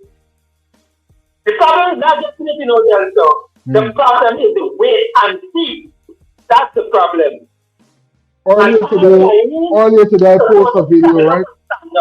Earlier today, I posted a video with a sister named Angie that was selling at a school. If they're fighting down Shebody, you think they're not fight down me, you? Let's be real. Exactly. And that's what I'm saying. Any other one, remember, I've said this thing already. Lola, I made the reference with Lola Dahl and William and Doggy. Yeah. That they can't go and access no loan. They can't go and tell government they want Lola Dahl is a good person. She can't go and say she want to promote she store more and open this, which is a good initiative. Yeah. But the government won't tell us no, you know. But look how long it's going to take for portrait you, and then you will give up to them and tell you, later you know. And that is the bottom line, you know. Yeah. And look at the people now who are going to benefit these loans faster, like Titoon said. It's the Indians. It's the people running the PPP. And mind you, these were writing the people are the money people, you know. That is low class people, you know. And they're going to get first place. And Guyanese people, like the brother. At some point, we gotta realize what's going on in front of the face. Yo, we too divided. We will never understand. Yeah. If the whole of Guyana don't come and shut down Guyana and stand up for their right, we will never see what's going on. You know the only unity the president does ask for is the Venezuela, they're coming over the border. That's the only unity the president has looked for the opposition everybody to come in. But we must sing unity fast, we must train them, we must unite to say yes, they are in Zion, Zion. But what they done? What have they done since then? Huh? That's a good question. There's nothing about security.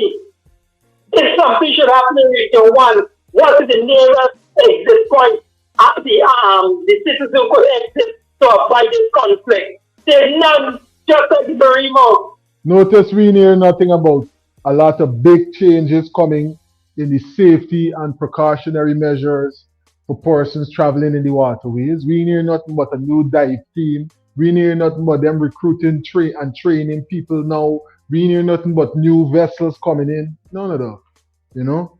Yes, so you ran there. Let me highlight you. Yeah. Or let me enlighten you. Yeah.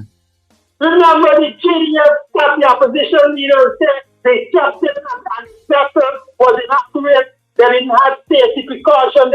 The captain did not this and that. So we have things going on. We have things on the water going on, brother. Don't say they're not doing everything. They are. I don't think that. I try to figure out. I say to myself, you understand, as I think, but I'm saying what they're really doing. Yeah. Yeah, because they don't put things in place to stop the opposition, so that the opposition can go up to the president to bring out these people and put in. These are the systems we put in place. Check and see if the army only want to stop checking any more captives. Just check and see. Powerful. Just somebody started from that region and asking the army securing the border. Yeah. See if everybody. Look the other day, Venezuela will come over, tell us their sea sighted on it, the nearest sighted or wherever sighted in Italy. You remember? When the whole boat load or two boats load of Venezuela army military men, they come to excited them, they shut down that kind of thing. Huh? Yeah. There's where the army them going to come in and stop them and say, you have to see a document, you have no right being here. But they won't do that. They're afraid. They only want to stop the opposition from venturing out in the waterway. I say, I'm in a dangerous path, my brother. Very, very dangerous path. If we analyze the level of oppression was going on, now in one of the wealthiest nations in the world, the so-called food basket of the Caribbean. Now, I'm gonna probably even take back so-called, because that's what it used to be. The food basket of the Caribbean, and all of the accolades that we were getting for being able to sustain ourselves. Could you believe that this is what's being highlighted about meals offered to public servants? Minister Waldron, there is what you are giving people to eat. The prison servicemen, they complaining that you are giving them shit for eat. Corned beef and rice plus it's spoiled. Like you can't even put a little corn in it or nothing. It's dogs you all feeding. Only Waldron, you just eat them kind of thing. Yeah? You feel it's fear that you eating when you eating. And the prison servicemen that work in there to control the criminals that your system create. Them men got eat down. Your system create criminals, only Waldron.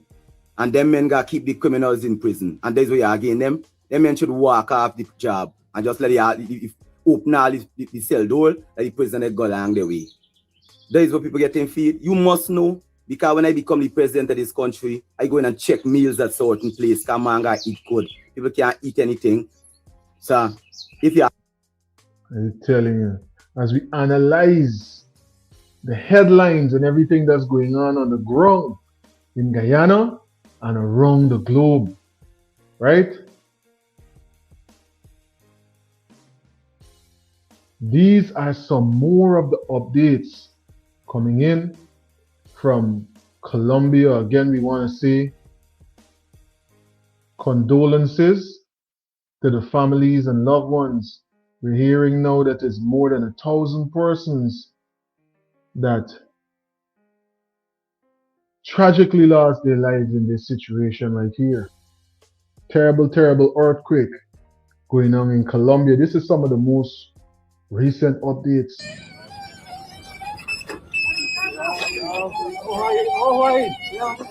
Oh Dios mío santo, que estamos en una causa muy dura, Padre amado Señor.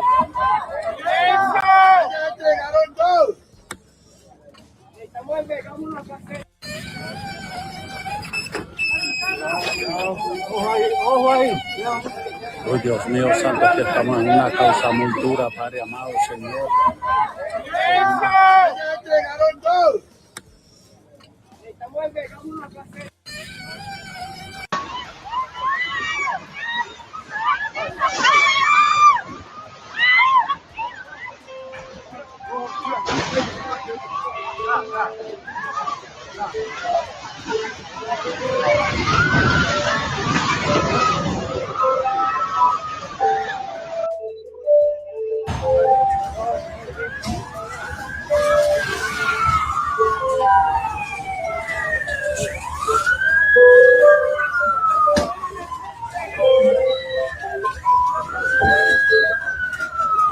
Greetings, to Delta9 Media Live.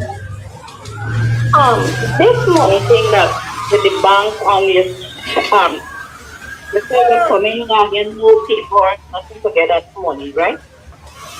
This money is not for black people, you know. I that plain and straight. I don't sugarcoat it. Yeah. I could remember one of my daughters, right? Said she wanted to be a nurse, which I was a buyer at the time. I got mine 5 terms out of her. Then 3 miles in the morning, 3 in the afternoon. I get up since 4 o'clock, where I had to turn and go to work. And when this girl was going to do nursing, the RU was a man named you know what he did?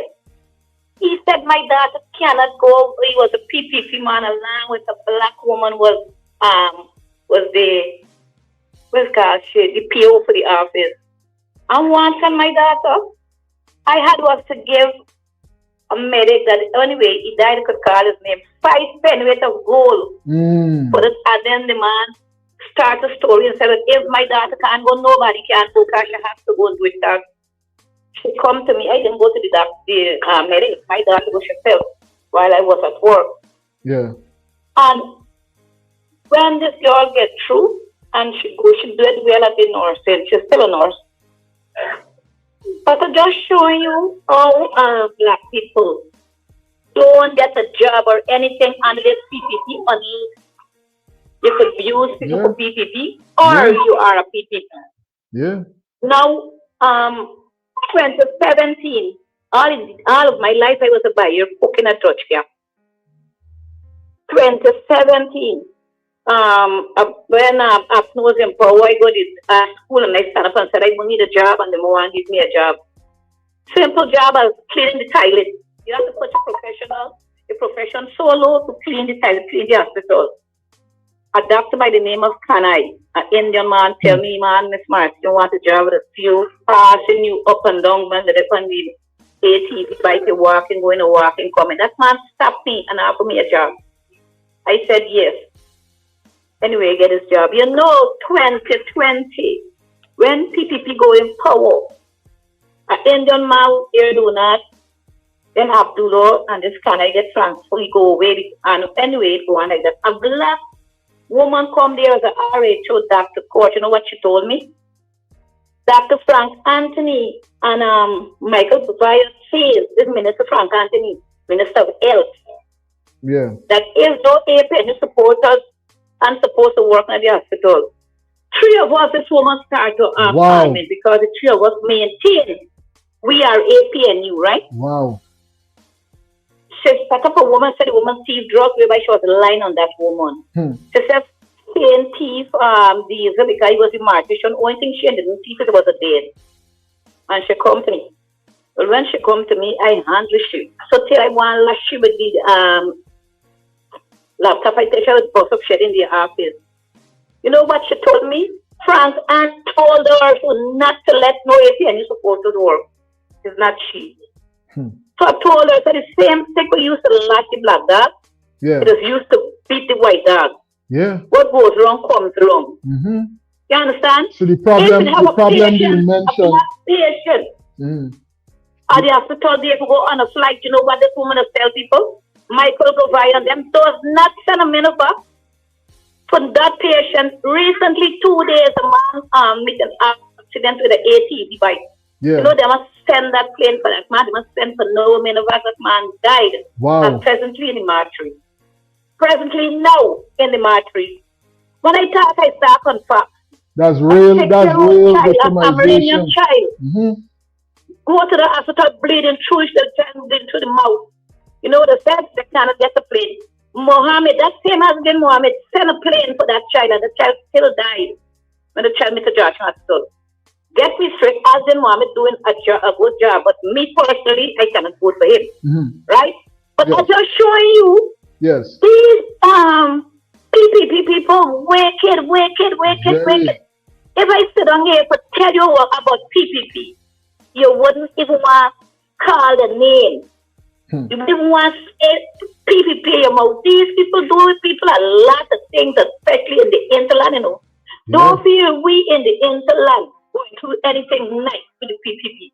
Let me tell you this. They wanted somebody to wash ways at the nursery school. Anyway, Lilo asked the master and said, what I say, yeah, mom, I'm doing nothing. You know what the man by name of Britain tell the administrators? Don't let me work as I'm an APNU. It's the same person highlighting even today. If I but that money and the bank black people cannot get that money, me put your water in my mouth to say, if you abuse it for PPP and it's a PPP and you're cussing out and going on like James Van them, you might get the money, but we can't get the money. I dare listening. Big up yourself. Thanks for calling in and dropping those insights. Travelers saying, hey, the money is for certain people. The money they got teeth. You can't find yourself in certain crew. The money there might not be for you. Crazy reality in Guyana.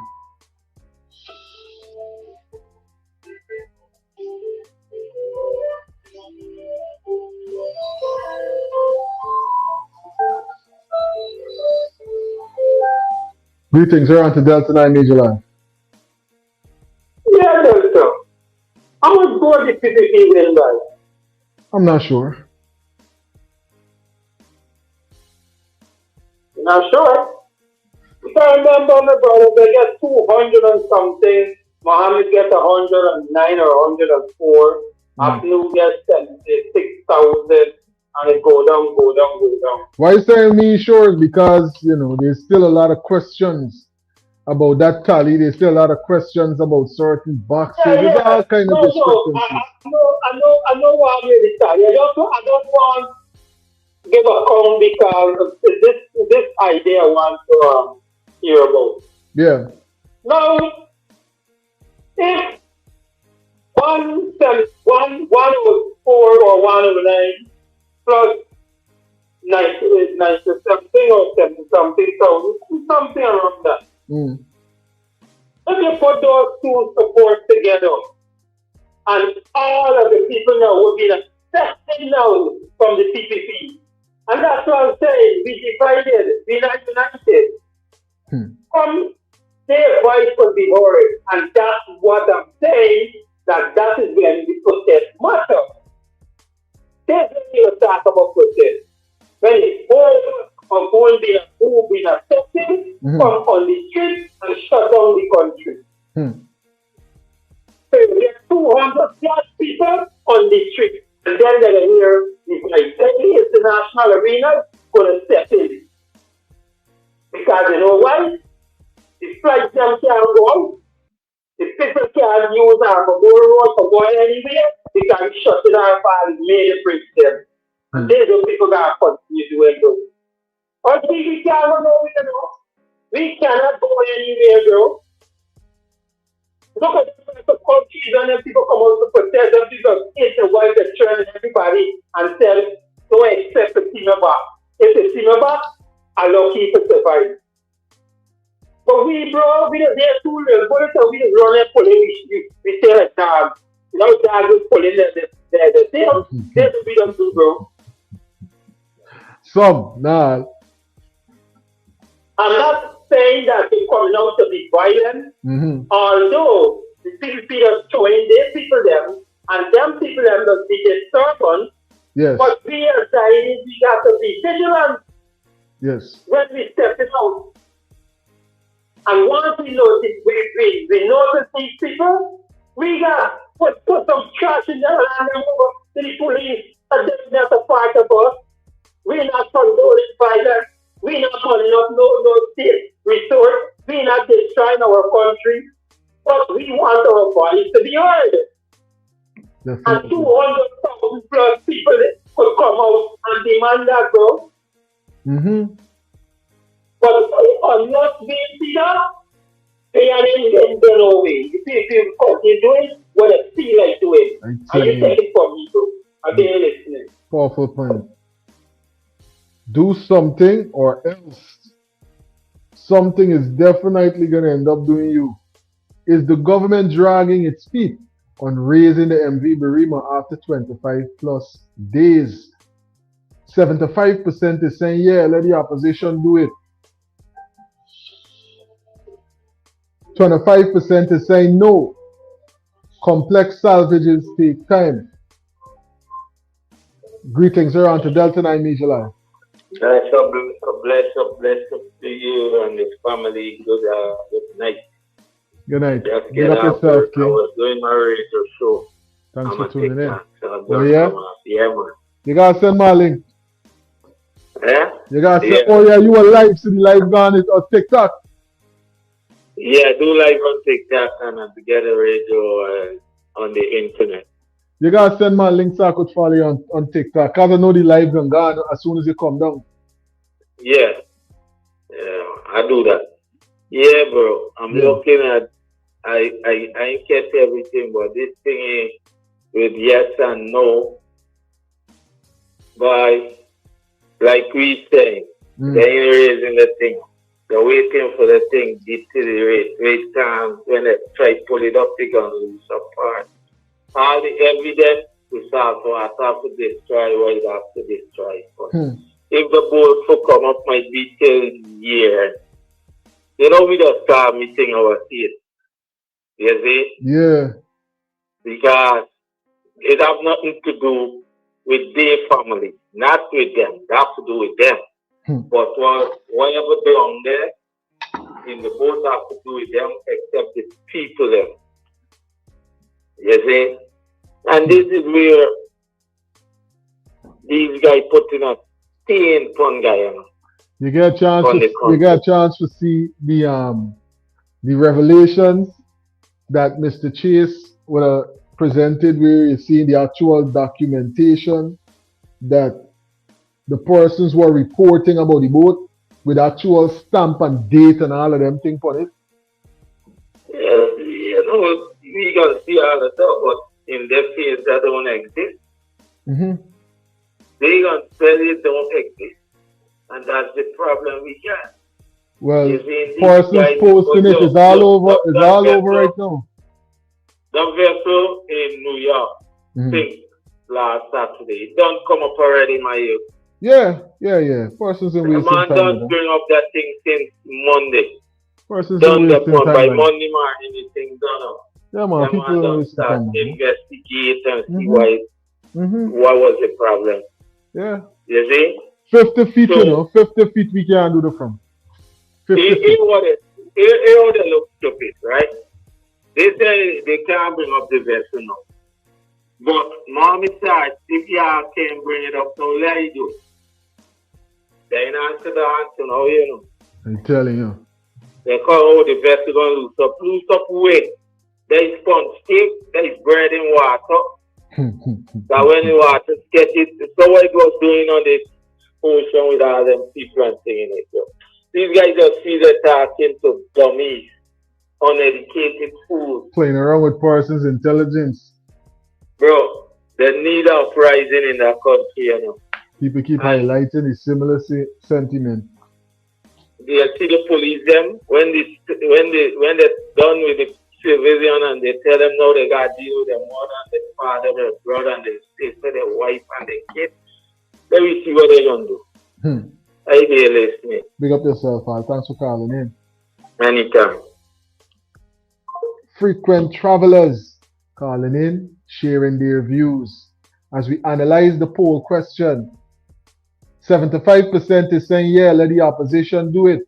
Is the government dragging its feet on raising the Barima, the MV Barima, after 25 plus days? Almost a month. Nothing yet, right?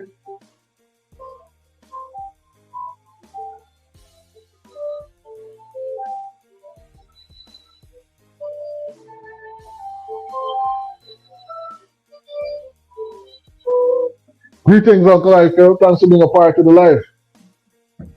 Good night, Jensen, and good night to all the listeners. Good night, good night. Now, I think somebody raised a point. I really Dion raised a point of number how much most PPP had and this kind of thing.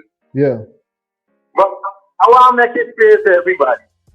If one person believes that PPP wins, is me. And I give me proof. My proof is this. Now, before the election, they used to say that if they win, they will give you cash grants and this and that. But normally, if you know that you're going in an election, I'm talking about you, they will forget the PPP. Yeah. They will say, you know you're going for the election, and you win this election. What is your first step to do? Is not to call and thank the people and these kind of things and make them happy? Yeah. No, we did not do that. Your win is time for celebration. Yeah. Yeah. There's one response to me. Yeah. The second response, when people are talking, Ali said, let them go to Mohammed for cash grant. I know you can remember. Yeah. No, there's a second response to me. And I know that if I had the possibility of counting them things up, or not even counting, what do you think these people did? Now, when the results are coming in from the police station, do you think that these people haven't got the ability to intercept the communication from one police station to the next and transfer their writing into the file? No, they got the computer from a while. Remember when the minister held bringing the computer? Good. What I tell you now? Yeah. As an old police and experienced investigator, if I had a chance to just lay out this thing in what about should I keep saying that you got too much to say? But no, I say and then other stupid people. Everybody's a damn fool who believes that CPP wins. CPP did not win any elections. You watch and see them, they used to cut people and kill people from all over the place to just show up in them areas. Yep. PPP, But slow the people showing up. But slow the people showing up at police station and everything. Yeah. I don't know how people believe in the statue of PPP. PPP did not win any election. They robbed, they rigged. And I know how they rigged. Because I know about this informatics story. I was sure that what happened about a year or something like this. I called a family in the report. He said, why are you in England? I said, I am in England. They said, but I said, England, number 2. I said, oh, hold on, I'm cut off the telephone and call back. I cut off the telephone and call back, and England number 2. Okay. Somebody tapped my phone. Wow. My phone got a pass through them before he gone. Wow. This informatics we're talking about, computer and cell phone, even house phone and that kind of thing. Yeah. They ain't got no secrecy and no confidentiality, nothing, you know. Nobody fool you, but they ain't got no confidentiality, them kind of thing this day. But they know that they had this thing in place, that there is somebody from region 6 months carrying the results. Now when the results going in, instead of going to the GCOM, them have the GCOM line and the thing pass through them. Them go send it to GCOM where you supposed to send. If you supposed to send 50 PPP votes and 100 win votes, them go just send it. They go send 2,000 PPP votes and 0 win votes. Some people have the things done already. And let me tell you something. If one thing could make PPP lose this election, is to block that party. And I mentioned it today. Reform this party, this Guyana United Muslim Party, and let the Muslim come one side, and then you're going to see the difference. That's the only thing could get us. No way PPP or no way APNU or win or nobody else can win no election with PPP there. They cannot because they haven't got the intelligence. You're dealing with a set of criminals, you know. And not ordinary criminals. You know when Glenaldo said pathetic and that kind of words and the man using the exact term of the type of criminals they are dealing with. I don't know what to answer people. People's PPP did not win any election. They rigged the results. Fine back. So we done. Telling you. And then listen. Thanks for calling in and dropping those insights with us. Big up yourself, Uncle Life, yeah? Clarifying it. A lot of discrepancies, even now. Is the government dragging its feet on raising the MV Barima after 25 plus days? 76% is saying, yeah, at this point, just let the opposition do it. The opposition leader would have offered. 24% is saying no. Complex salvages take time. Right?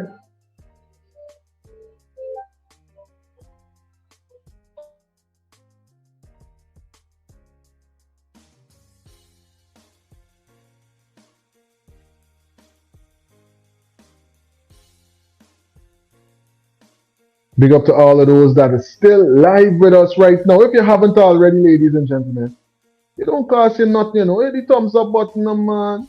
The flight would have landed right here on Delta9 Media. We've been live right now for 2 hours and 15 minutes, highlighting all the headlines, conversating with persons all over the globe about very important and trending topics right now, right?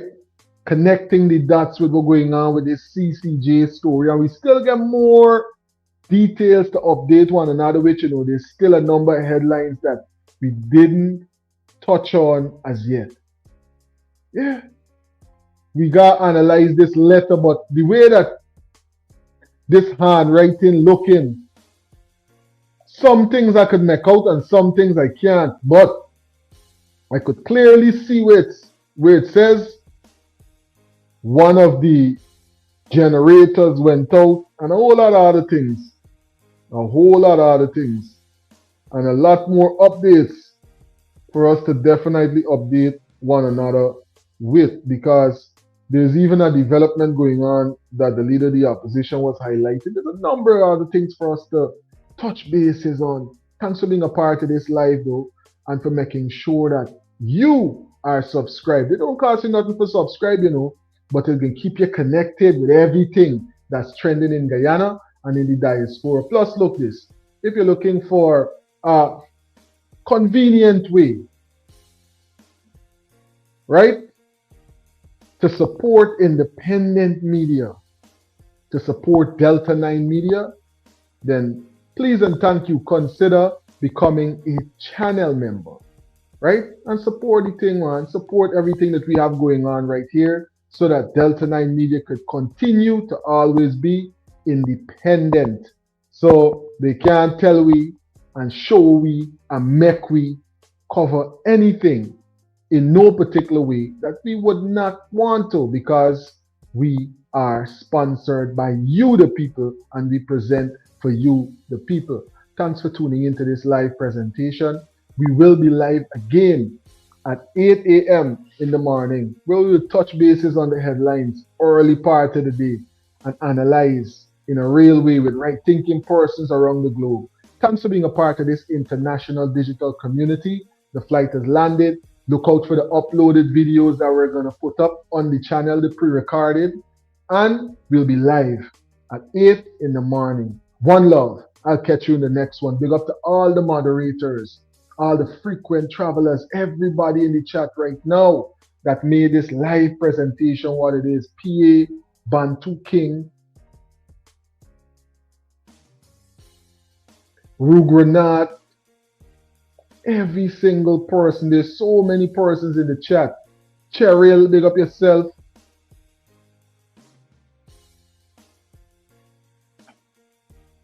Liash.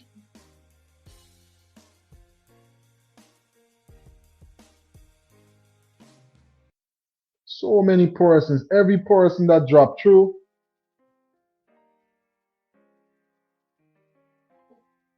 Brianna, thanks for tuning into the live.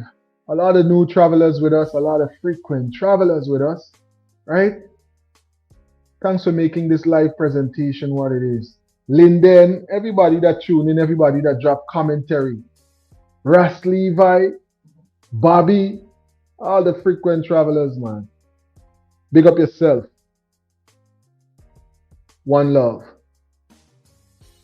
100% wild-crafted sea moss. Only the best, 'cause you deserve nothing less. 8 Butterfly.